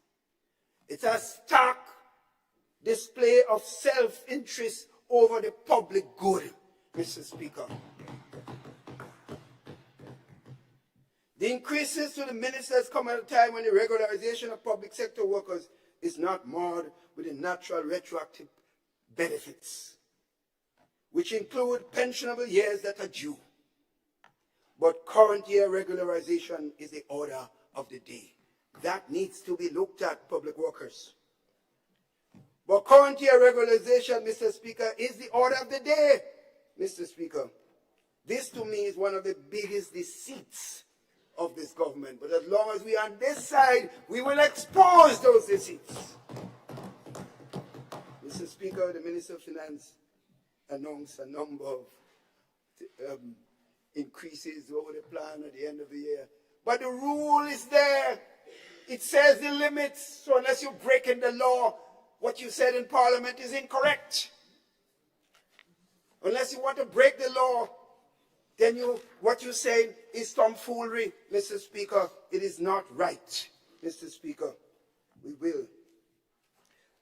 Today we see pension reform committee being established without the active participation of the unions. So they say. Today we see that the government has set aside funds to contribute to a pension plan that no one has any idea what it means. Mr. Speaker, in conclusion, as I come to conclude. Interestingly, yes, so. Mr. Speaker, it is well understood that management of the economy is about setting policies, making choices, and implementing policies that maximize the overall benefits of the people of Grenada, Carriacou, and Petite Martinique. That is what the management of the economy entails. It's about doing the greatest good for the greatest number. In this regard, Mr. Speaker, Matthew chapter 7, verse 15 sets up what we as trained mathematicians says. It's an interesting proposition. It states quite candidly, and I quote, "Beware of false prophets who come to you in sheep's clothing. But inwardly, Mr. Speaker, there are ravenous wolves, Mr. Speaker." Verse 16 says, simply states, "You will know them by their fruits." Let me repeat, Mr. Speaker. You will know them by their fruits, Mr. Speaker. When this administration gathered and took more of the fruits for themselves by increasing the travel budget, providing 2 million loan to one person, another 1.7 million loan, as if it's their money, Mr. Speaker. These are not your money, it's the taxpayers' money. You are put there temporarily as guardian. Don't take it for yourselves. The bank came from nowhere to a serious bank. When they build roads, Mr. Speaker, and other facilities for their own residents on the backs of the taxpayers, Mr. Speaker, this is a problem. When they increase their income by over 100% and made it tax-free, mostly so. When they make profits from the Citizenship by Investment Program, for some of them, I say it's wrong. When they provide a tax break that can benefit members of cabinet, I say it's false and wrong. When they remove 150 from the poor and vulnerable, people who are suffering, the disabled and others, I say they have no conscience, Mr. Speaker. When they refuse to give the poor world workers a serious level of opportunities over the years, and the entire year, especially at Xmas time, when they could make the place so brighter, because they're the ones who spend the money. When they cut the caregivers programs and lower it. When they fail to introduce any new programs for the youths. When they fail to make the managers and contract workers permanent within 12 months of taking office. When they reduce the e-book program. When they cut the housing brigade program. When they increase taxes on gas, electricity, sugar, and water, H2O. When the fired workers, laugh still, fired workers and victimized workers, I say have a conscience, have a conscience. When they denied regularized workers retroactive pay and pensionable years as they promised, I say have a conscience. When they see to it that little or no medication at the hospital, I say, have a conscience. As I reflected, Mr. Speaker, on the passage of Matthew 7:15 to 17, it dawned on me that it in this passage,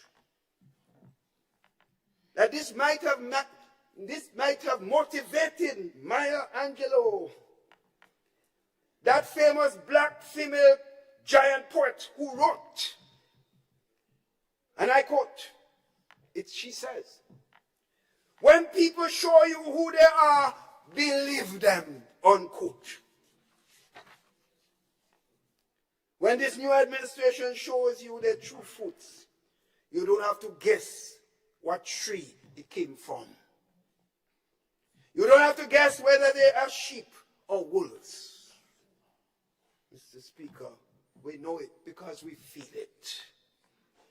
Mr. Speaker, after years of sacrifice that led the Prime Minister to remark that he made a treasure full of money, it should bother us all, Mr. Speaker, to see that the Cabinet and select men and women align themselves to the NDC, living high of the fatted calf.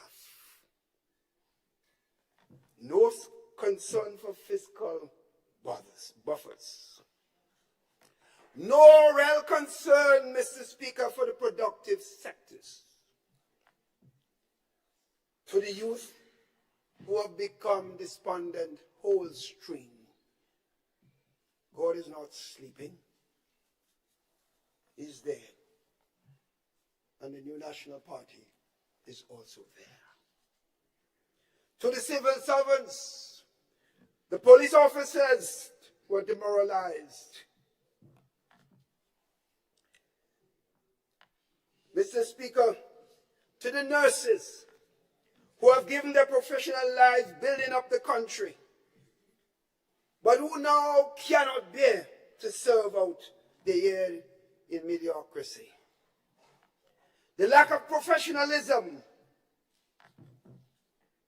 a broken system with demoralized staff, absentee ministers, and no accountability, the NMP and the people in this country share in your dismay. To the elderly whom you seek for some hope, don't despair. Don't despair. All is not lost. By the action of this administration, it's well known in the biblical statements given. But Mr. Speaker, by the fruits, as I said, you shall know them. Just remember always, God first, others second, ourselves last. In this stead, they have created their own dictum. Me and me and me.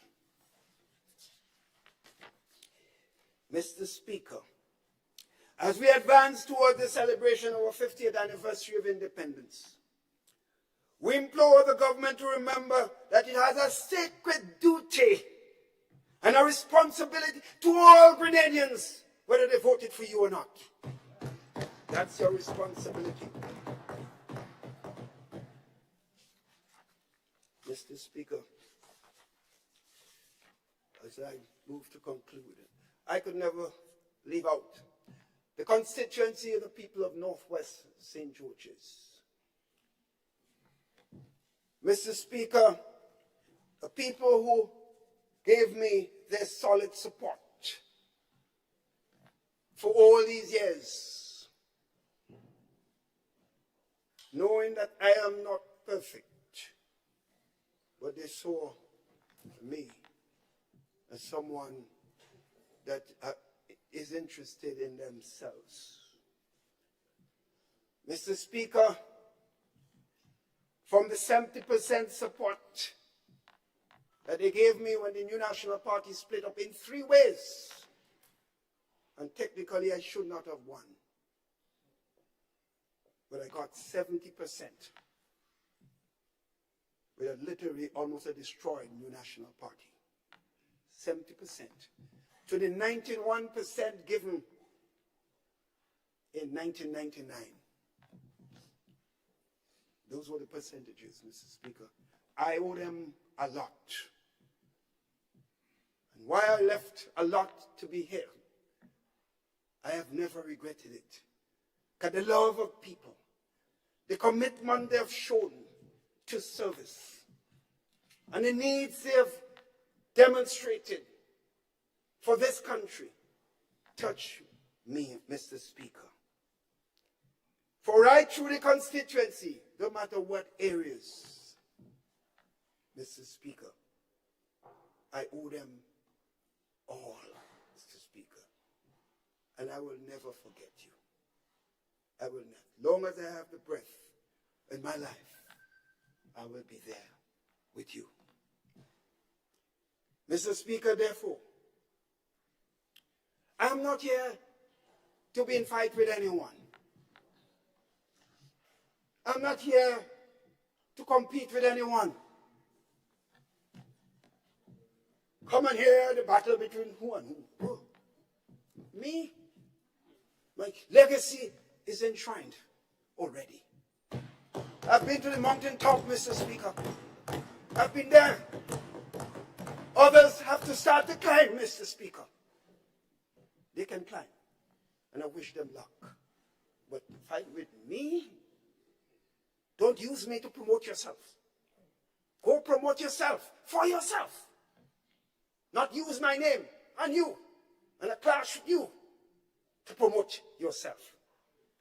And when you do it and you do right, I give you all the credit. I give credit where credit is due. But don't use me. And therefore, Mr. Speaker, this is the Yuletide season. Christmas is here. I may not get the opportunity to wish all members again on the country. I will do it as the opposition leader showed in a statement for Christmas to wish all, Mr. Speaker. But I also want to wish all the members on the side, on the families, and the constituents, and the country as a whole, the best that they can have in this Christmas time. When we're here to put of our ideas, to speak to issues that concern us and our people, Mr. Speaker. We hold no malice to anyone. I have never had in my bone, and my mother taught me so. Despite the attacks, the viciousness that I have passed through in the politics, I've never held that against anyone permanently. You get mad, yes. It's human to be mad. I've seen people come up here and say all kinds of things. Those I have done a lot for, they have been the most vicious against me. But that is the price one pays for service. And I have not said a word about them. And I could say a lot. But I am bigger than that. My grandmother taught me better. She told me, do not pay. Do not pay back what is wrong with wrong. Your conscience must be your guide. My conscience, Mr. Speaker, is my guide. And therefore, I want to wish all the best you can have for Christmas. And to thank the members on this side of the House, Mr. Speaker, to thank them for their support. I know some of them want to create a real fight. Mr. Speaker, they want fight. The only party that know how to fight one another is the National Democratic Congress, Mr. Speaker. That's the only one that know how to fight. I've never fought in my life and I don't intend to fight now. That's the last thing, Mr. Speaker. But I want to thank them and to say to them, Mr. Speaker, my concern, as I said to you, I should not be here today. I am going to St. Patrick's to be along my brother. Someone was served me when I give my tribute today. It might be difficult for the tears not to flow, but I will hope not. Because he served with me. And he served the New National Party with distinction, Mr. Speaker. So I thank you all. I wish you all the best as we move forward with his budget presentation. Thank you, Mr. Speaker.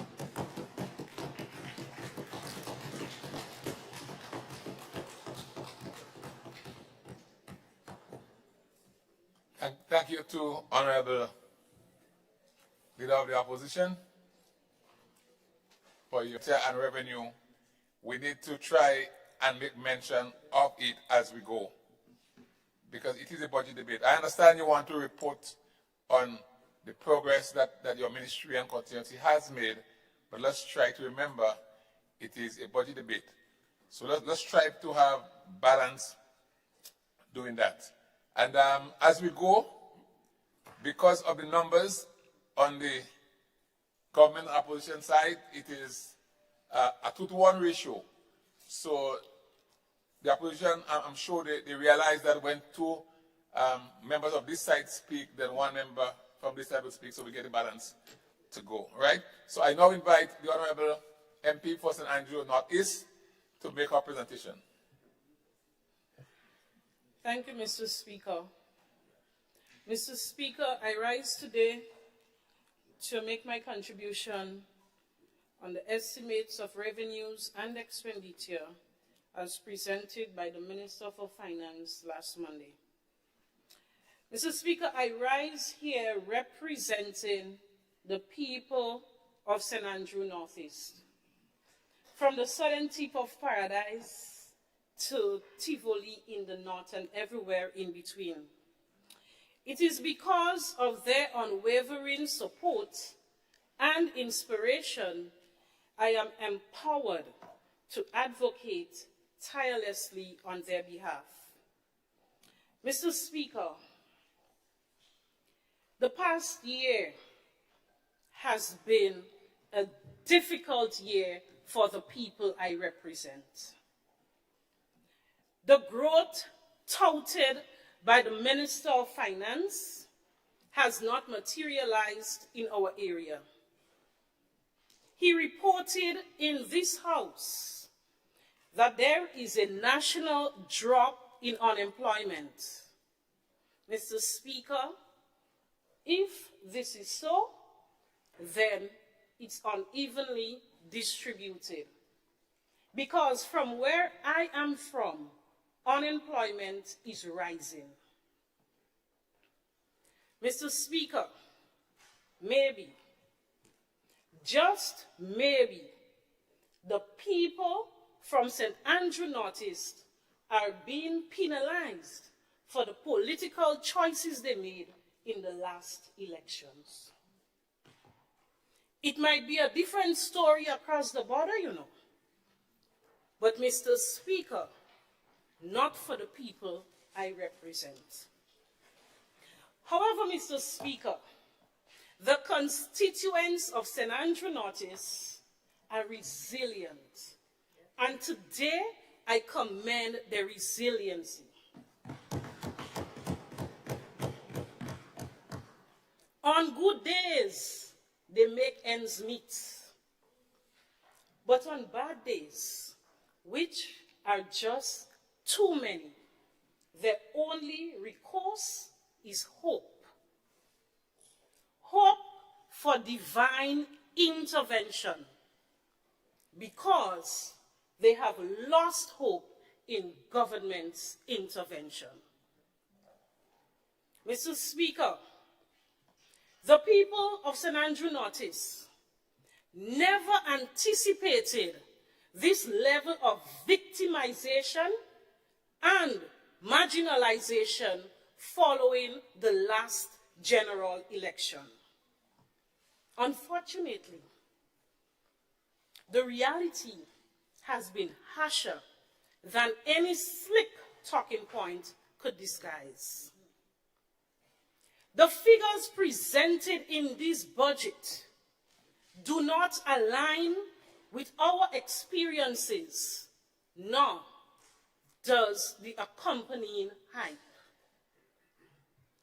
In areas that you know so well, Mr. Speaker, in the words of Morgan Heritage, there is nothing to smile about. For many people, The desperation has set in. All they long for is a little payday. However, instead, we have heard in this budget presentation larger paydays for a selected group of FFFs. That's how I call them. Family, friends, and financiers of those who are in power. Yes, Mr. Speaker, a few individuals prosper. And yes, a few are doing well. But this is painting a misleading, rosy macroeconomic picture. And I've heard it said in this house that elections have consequences. Well, for the people of St. Andrew Northeast, the consequences of the last budget have been dire. While some enjoy the big payouts, the young people in areas like Seamoon, Paradise, Pearls, Upper and Lower St. John's and Paraclete are left behind. Mr. Speaker, this budget paints a picture of two Grenadiers. One that is flourishing under the guise of the Our Time Now posse. They grab everything and anything. They secure big contracts and unexplained wealth. Then, Mr. Speaker, there is the people I represent. For them, paradise is merely a place, not a state of being. You see, Mr. Speaker, when I see the guys who have returned to the blocks because they have lost hope in the system, and a single mother with 9 children whose public assistance went from $375 to $75, I know that the budget presented is not for the people I represent. On Monday, Mr. Speaker, the Minister for Finance projected significant economic growth next year. But I question whether this growth will trickle down to better the lives of the people of St. Andrew Northeast. Many of them did not hear that projection on Monday, you know. Because while the minister was boasting about balancing the books, they were out struggling, trying to balance their lives. Mr. Speaker, I now turn my attention to youth. Take a drink of water on that.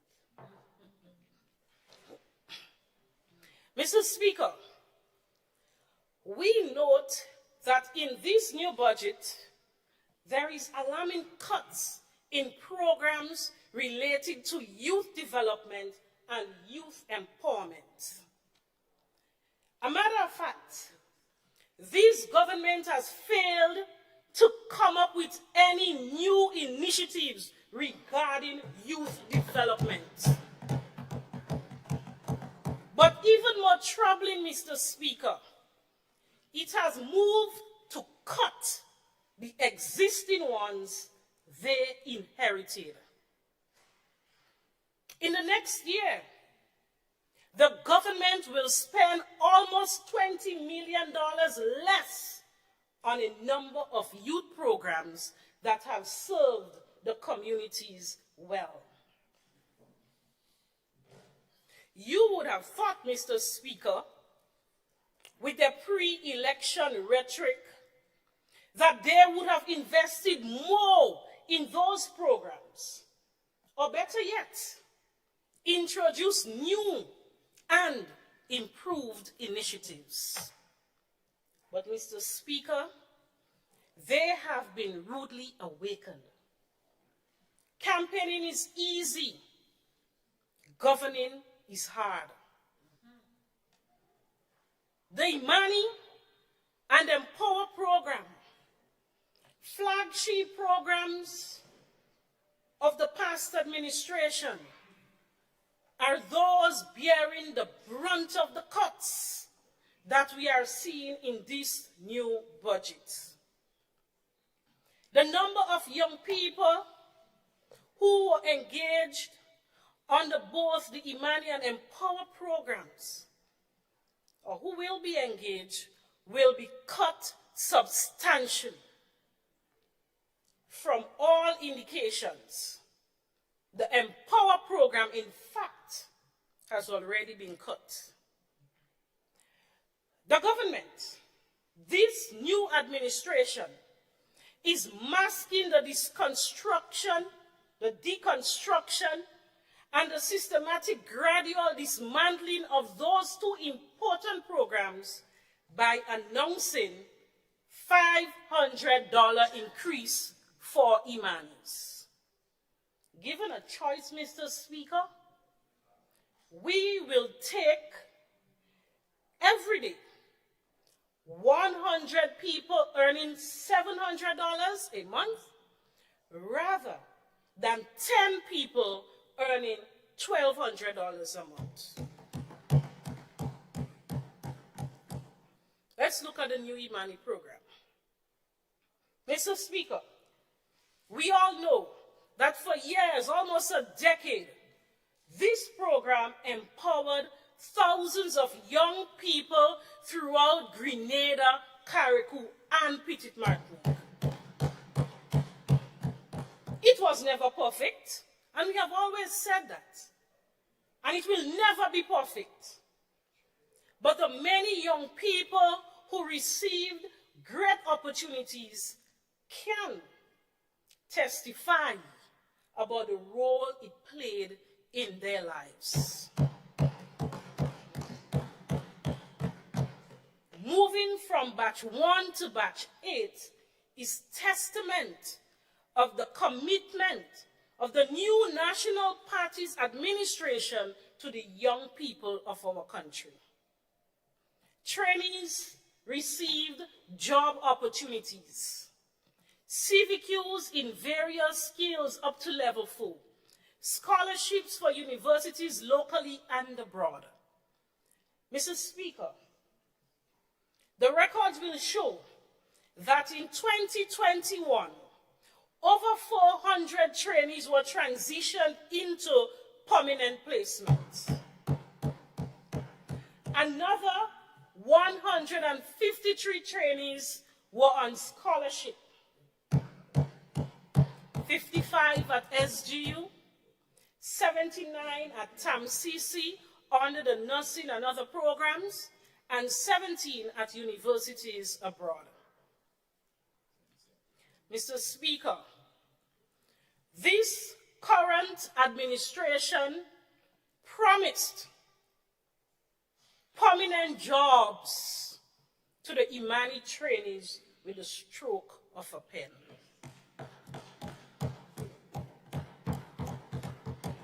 They have accepted that the pen cut a stroke.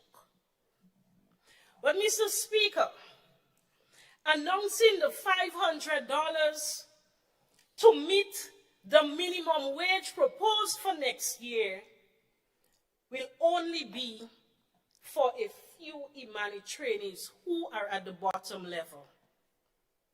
So I ask the question, will those who are above that level be receiving that $500 too? The budget document was not clear. I'm asking the question, and to say that they too deserve the $500. Additionally, it was announced that from year end, they will receive 1-year contracts. Contracts, Mr. Speaker? Contracts were said to be illegal. So, Mr. Speaker, I am calling on this current administration to make them permanent as you promised them on the campaign trail. Mr. Speaker, where is the Youth Bees program? Was there a name change? Or the program for our young entrepreneurs, is it no longer existing? You see, Mr. Speaker, this program provided young entrepreneurs with loan and grant financing in areas such as farming, agro-processing, food preparation, and graphic design, just to name a few. Additionally, support centers were established in St. Mark and partnering with GIDC St. Andrew to train and assist those young entrepreneurs to operate successful businesses. Today, this program is no more. Maybe there is a name change, like the debushing program. I don't know. I'm asking. The loans that they received, Mr. Speaker, was done in partnership with the Grenada Development Bank. Since the loans from GDB have been moving in other direction, there is none for our young entrepreneurs. The Empower program.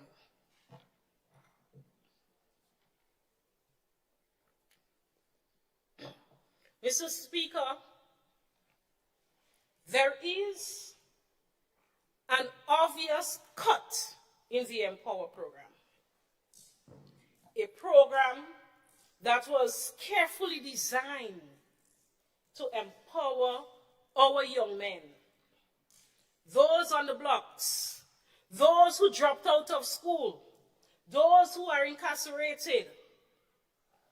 Empower was the hope that these marginalized young men depended on, Mr. Speaker. Today, all hope is lost.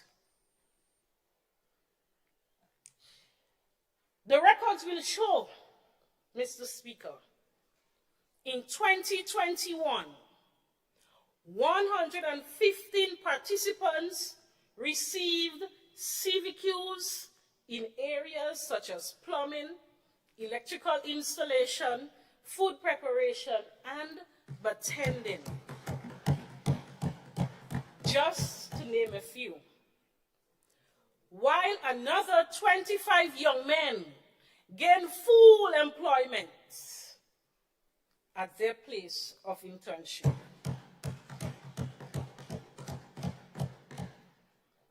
Project Fly, fostering level-headed youth. Mr. Speaker, I looked through the budget document. I searched up, down, across, on top, below, sideways. I did not see any budgetary allocation for Project Fly, fostering level-headed youth. This program, Mr. Speaker, empowered young people at the community level. Yes, in their comfort zone. We identified as at-risk communities for this program.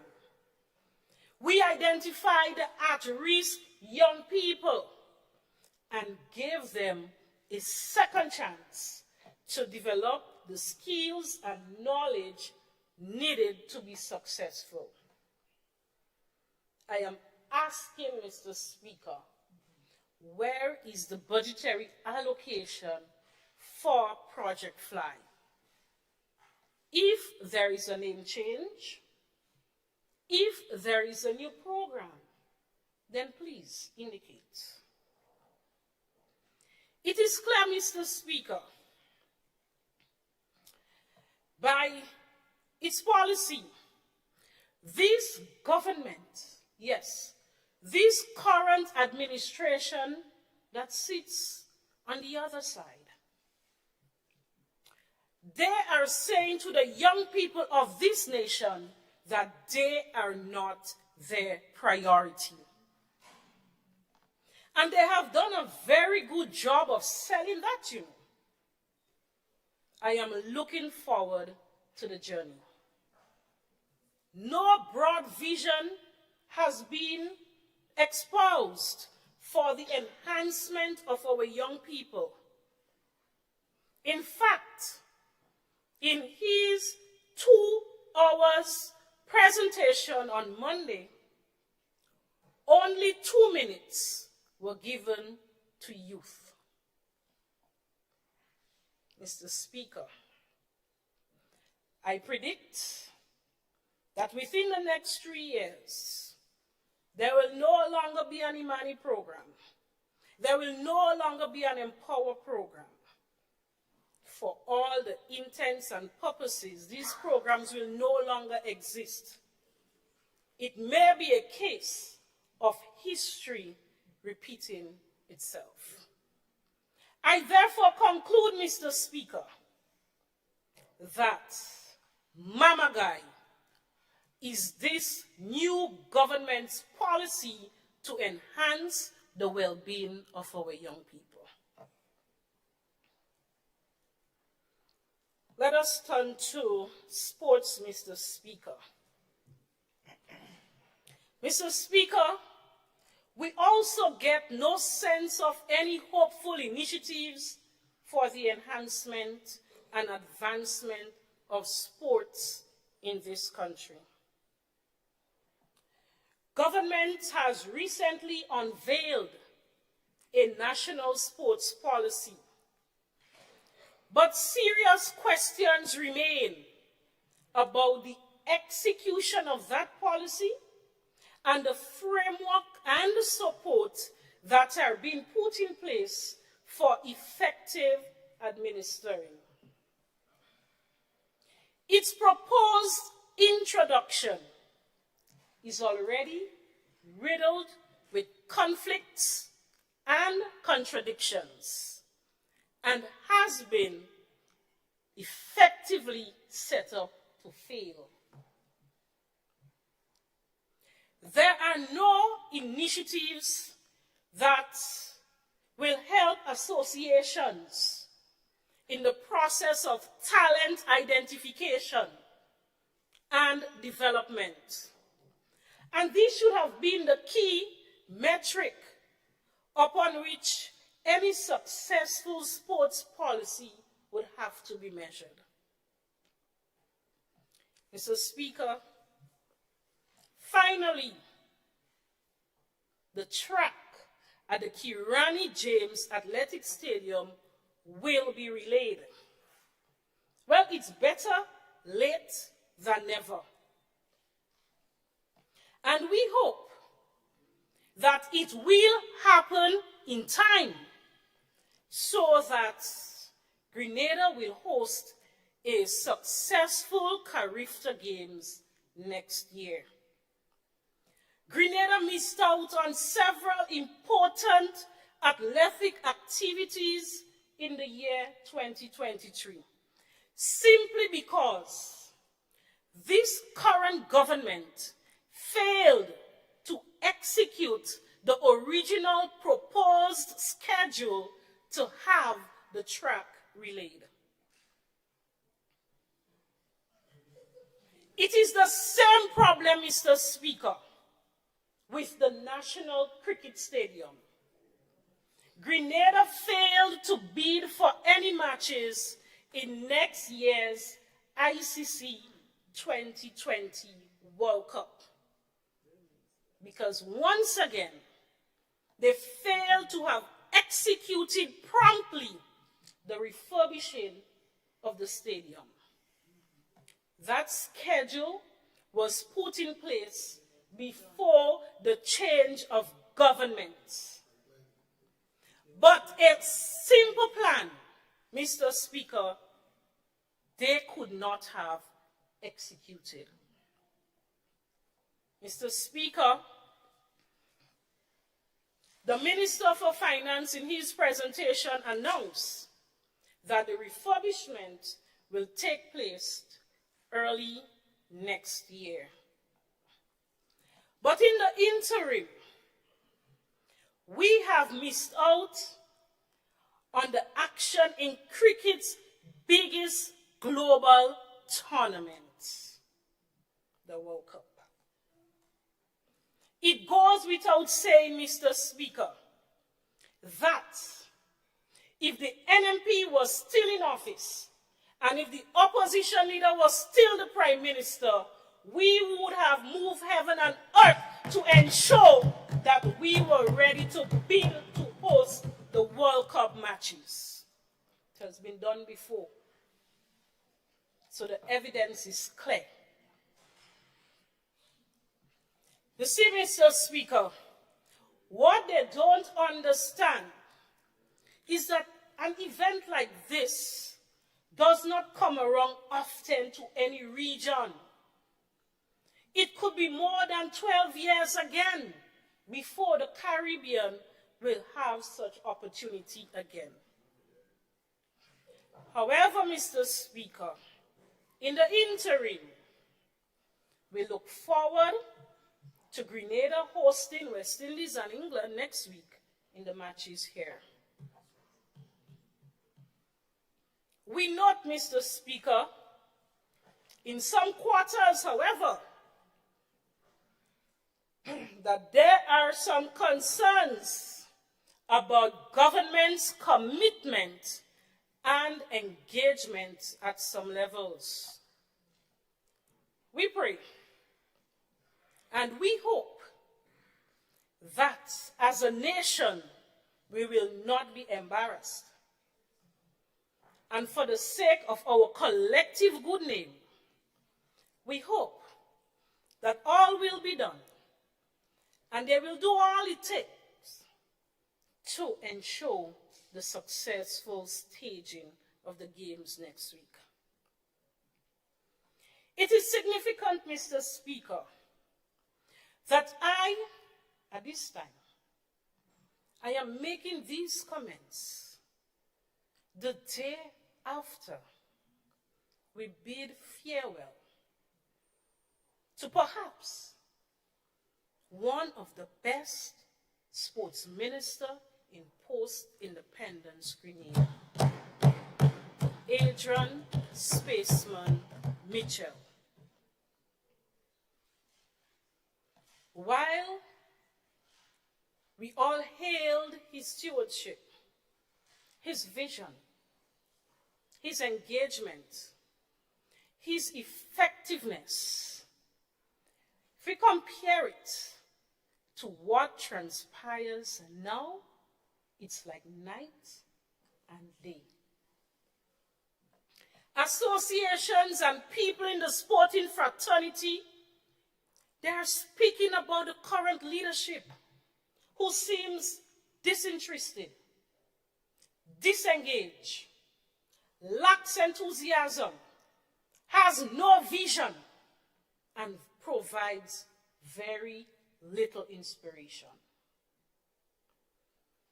But before this debate is over, Mr. Speaker, I am sure you will hear a lot of platitudes, a lot of nice sounding phrases, and lots of exaggerations and false narratives from the other side when it comes to sports development.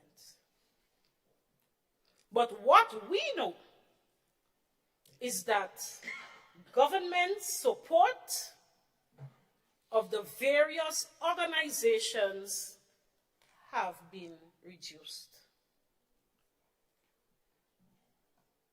Mr. Speaker, the question must be asked, what is government's policy going forward for the development of sports and culture? Do they have one? Is it prepared, or does this government prepare to implement some of the blueprints they speak about? That's all they do, implement. Some of the blueprints they have inherited? Or does this government have a vision of its own? Is it a case where sports and culture are not worthy of being a significant part of the so-called transformation agenda? I ask this question. What is the policy direction, Mr. Speaker, given to the National Lottery Authority? It used to be for funding and sponsorship towards genuine sports promotion and development. Today, it is now heavily influenced by partisan considerations. It is alleged that political activists have been paid from the coffers of the National Lotteries Authority, Mr. Speaker. This must be investigated. Mr. Speaker, what about a systematic approach to funding and supporting community-based events, cultural events, and festivals that will help enhance our culture? It was once said many moons ago that where there is no vision, the people perish.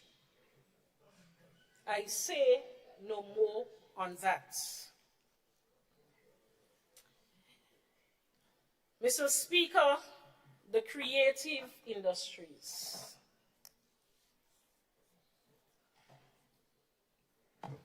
Just waiting for some attention.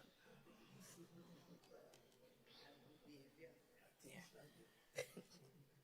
The teacher in me, Mr. Speaker. The teacher in me.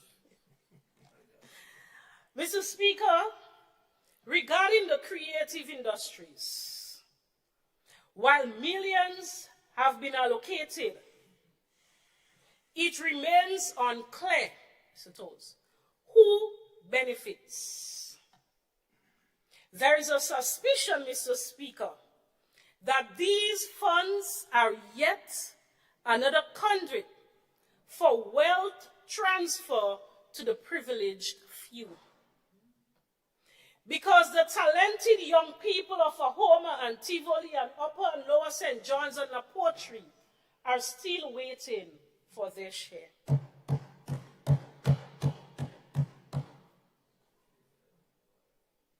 Mr. Speaker, we applaud, and I said it before, the idea of putting a fresh emphasis on the creatives. I've said it. But maybe at this time, we need an update on what has been unleashed since Unleash. There appears to be no follow-up, no tangible achievements, or pushing the ball forward since that glitzy event that appears to have benefited certain subcontractors, Mr. Speaker, more than anything and anyone else. So, Mr. Speaker, wake up. Was this a genuine event about developing a subsector? Or was it just another event that served as an opportunity for a hustle by certain subcontractors? Mr. Speaker, it will be useful if a full, transparent report on Unleash is presented. Mr. Speaker, let's give credit where credit is due. I believe that. This government has become very good at event management. No wonder. Anytime there is a vacancy, the move is to promote an event manager. The launch of the Independence Celebration, very good event management. Never mind the wild spending. Never mind the overrun budget. But what has transpired after? Nothing, Mr. Speaker. Sadly, Mr. Speaker, this government is fumbling its way around. And this 2024 budget is a very good indication. Mr. Speaker, as I close, I want to return to the beginning, to where I began my presentation today, to St. Andrew Northeast. It has been my honor, it has been the honor of my lifetime to have been voted twice by the people of that constituency. With them, I have a sacred bond. And they have carried me when I have fallen. And I am committed to standing up with them, especially when they are done.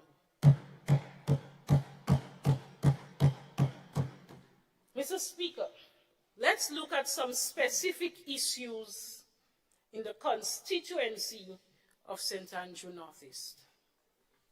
We already had a tough 18 months under this administration. Very tough for the people.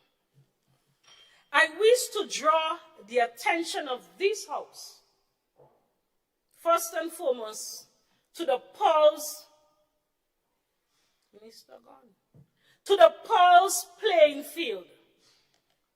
This facility once was brimming with energy and the aspirations of our young people, now lies in a state of neglect. The maintenance of the field is below standard. It is now often referred to by the residents as the Pearls Man. I am therefore, Mr. Speaker, calling on this administration to investigate the issue, because after several complaints by the residents, they have started to cut it. But the conditions remain poor because of the months of neglect, of course. And as a result of that, coaches are complaining. The ground, it is not good for any sport at this time. I heard there was a cricket match last weekend. They had to use the other section of the park, of the playing field, because the cricket area was poor. The standard was very poor. Mr. Speaker, we need to go back to preserving this important physical space, which once nurtured the dreams and talents of our young athletes and students.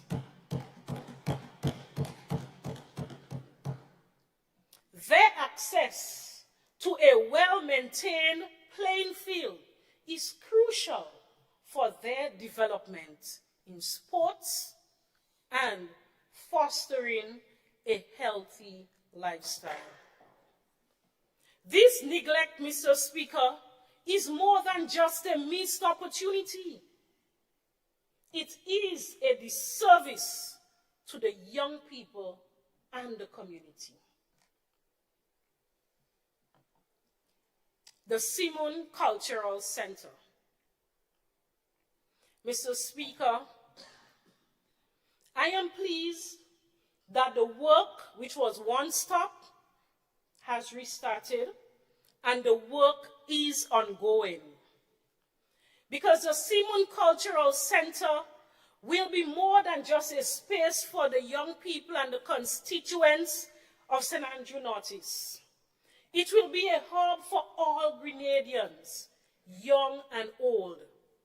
And once completed, it will be a place where culture, tradition, and modern aspirations will meet, creating a melting pot of ideas and shared experiences. That is why, Mr. Speaker, once I got into government, under the new National Party administration, I advocated heavily to get this project off the ground. It was not easy, but we got it off the ground, and I'm happy that the work is progressing. This center, the Simon Cultural Center, where I was born and raised in that area, is a testament of our commitment to the holistic community development and embracing every member of our society.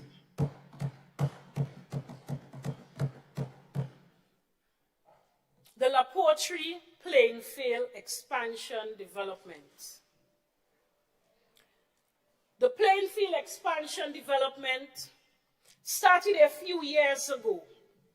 We were able to expand the grounds, level the grounds, build the bleachers, and also we started the fencing of the playing field and the installation of the lights. Upon assuming office, Mr. Speaker, all that the people was asking for under this current administration is for the lights to be connected with electricity.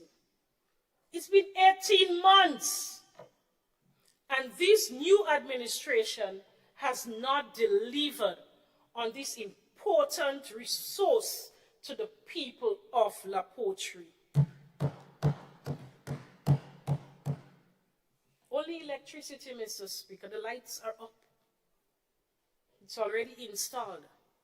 You see, this delay is depriving the community, particularly our young people who depend on these facilities for the evening activities.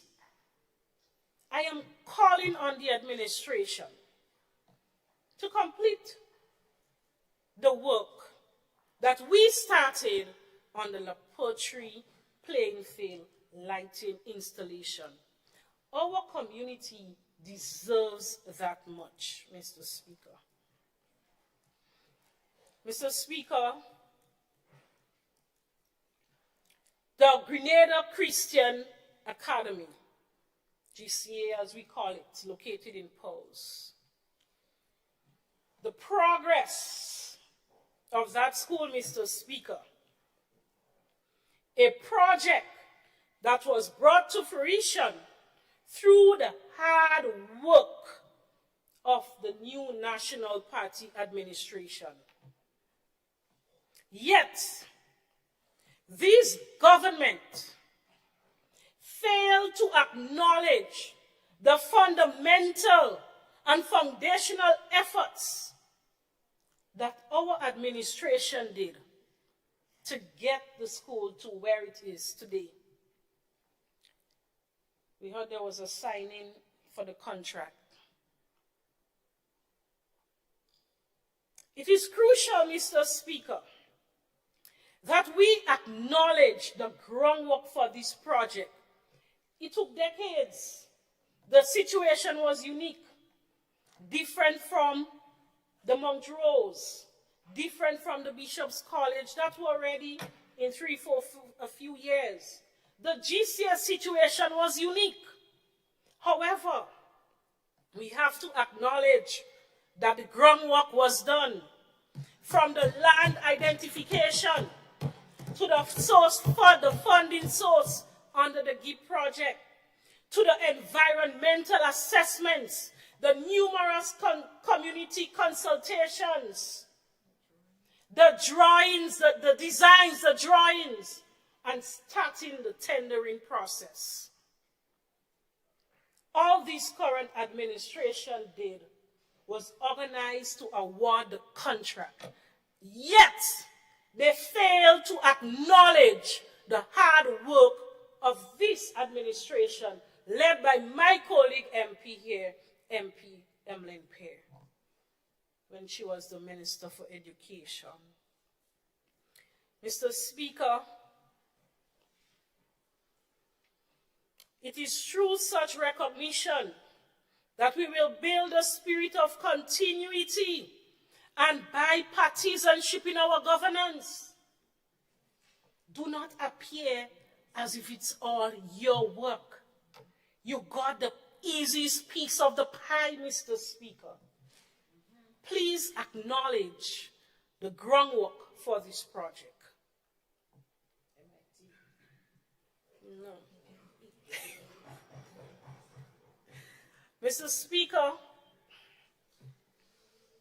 beyond these local concerns, this budget reflects broader national issues that cannot be overlooked.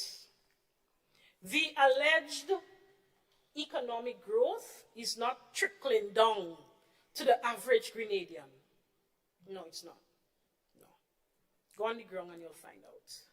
Instead, Mr. Speaker, we witness the transfer of wealth to the politically connected, leaving the majority behind. And they know it. Their own people are complaining. They know. The plight of our people is not a mere anecdote. It's a reality that this budget fails to address. The gap between the haves and the have-nots is widening. And this budget does very little to bridge the divide. Instead of concrete plans for job creation, economic diversification, and social support, we see policies that further entrench inequality. The management, Mr. Speaker, of this situation calls for steady, visionary leadership. It calls for clear policy initiatives. Managing an economy is not managing a gala. It is not executing an event. It takes being sensitive to the needs of our people. And to understand them by feeling their pain. Mr. Speaker, as we look ahead, the question remains, what kind of Grenada do we want to build? Do we continue on this path of uneven development and unfulfilled promises? Do we strive for a Grenada where every citizen, regardless of their political allegiance, can share in the nation's prosperity? Our young people, small business owners, farmers, and every citizen of St. Andrew Northeast deserve a government that not only listens, but acts on their behalf.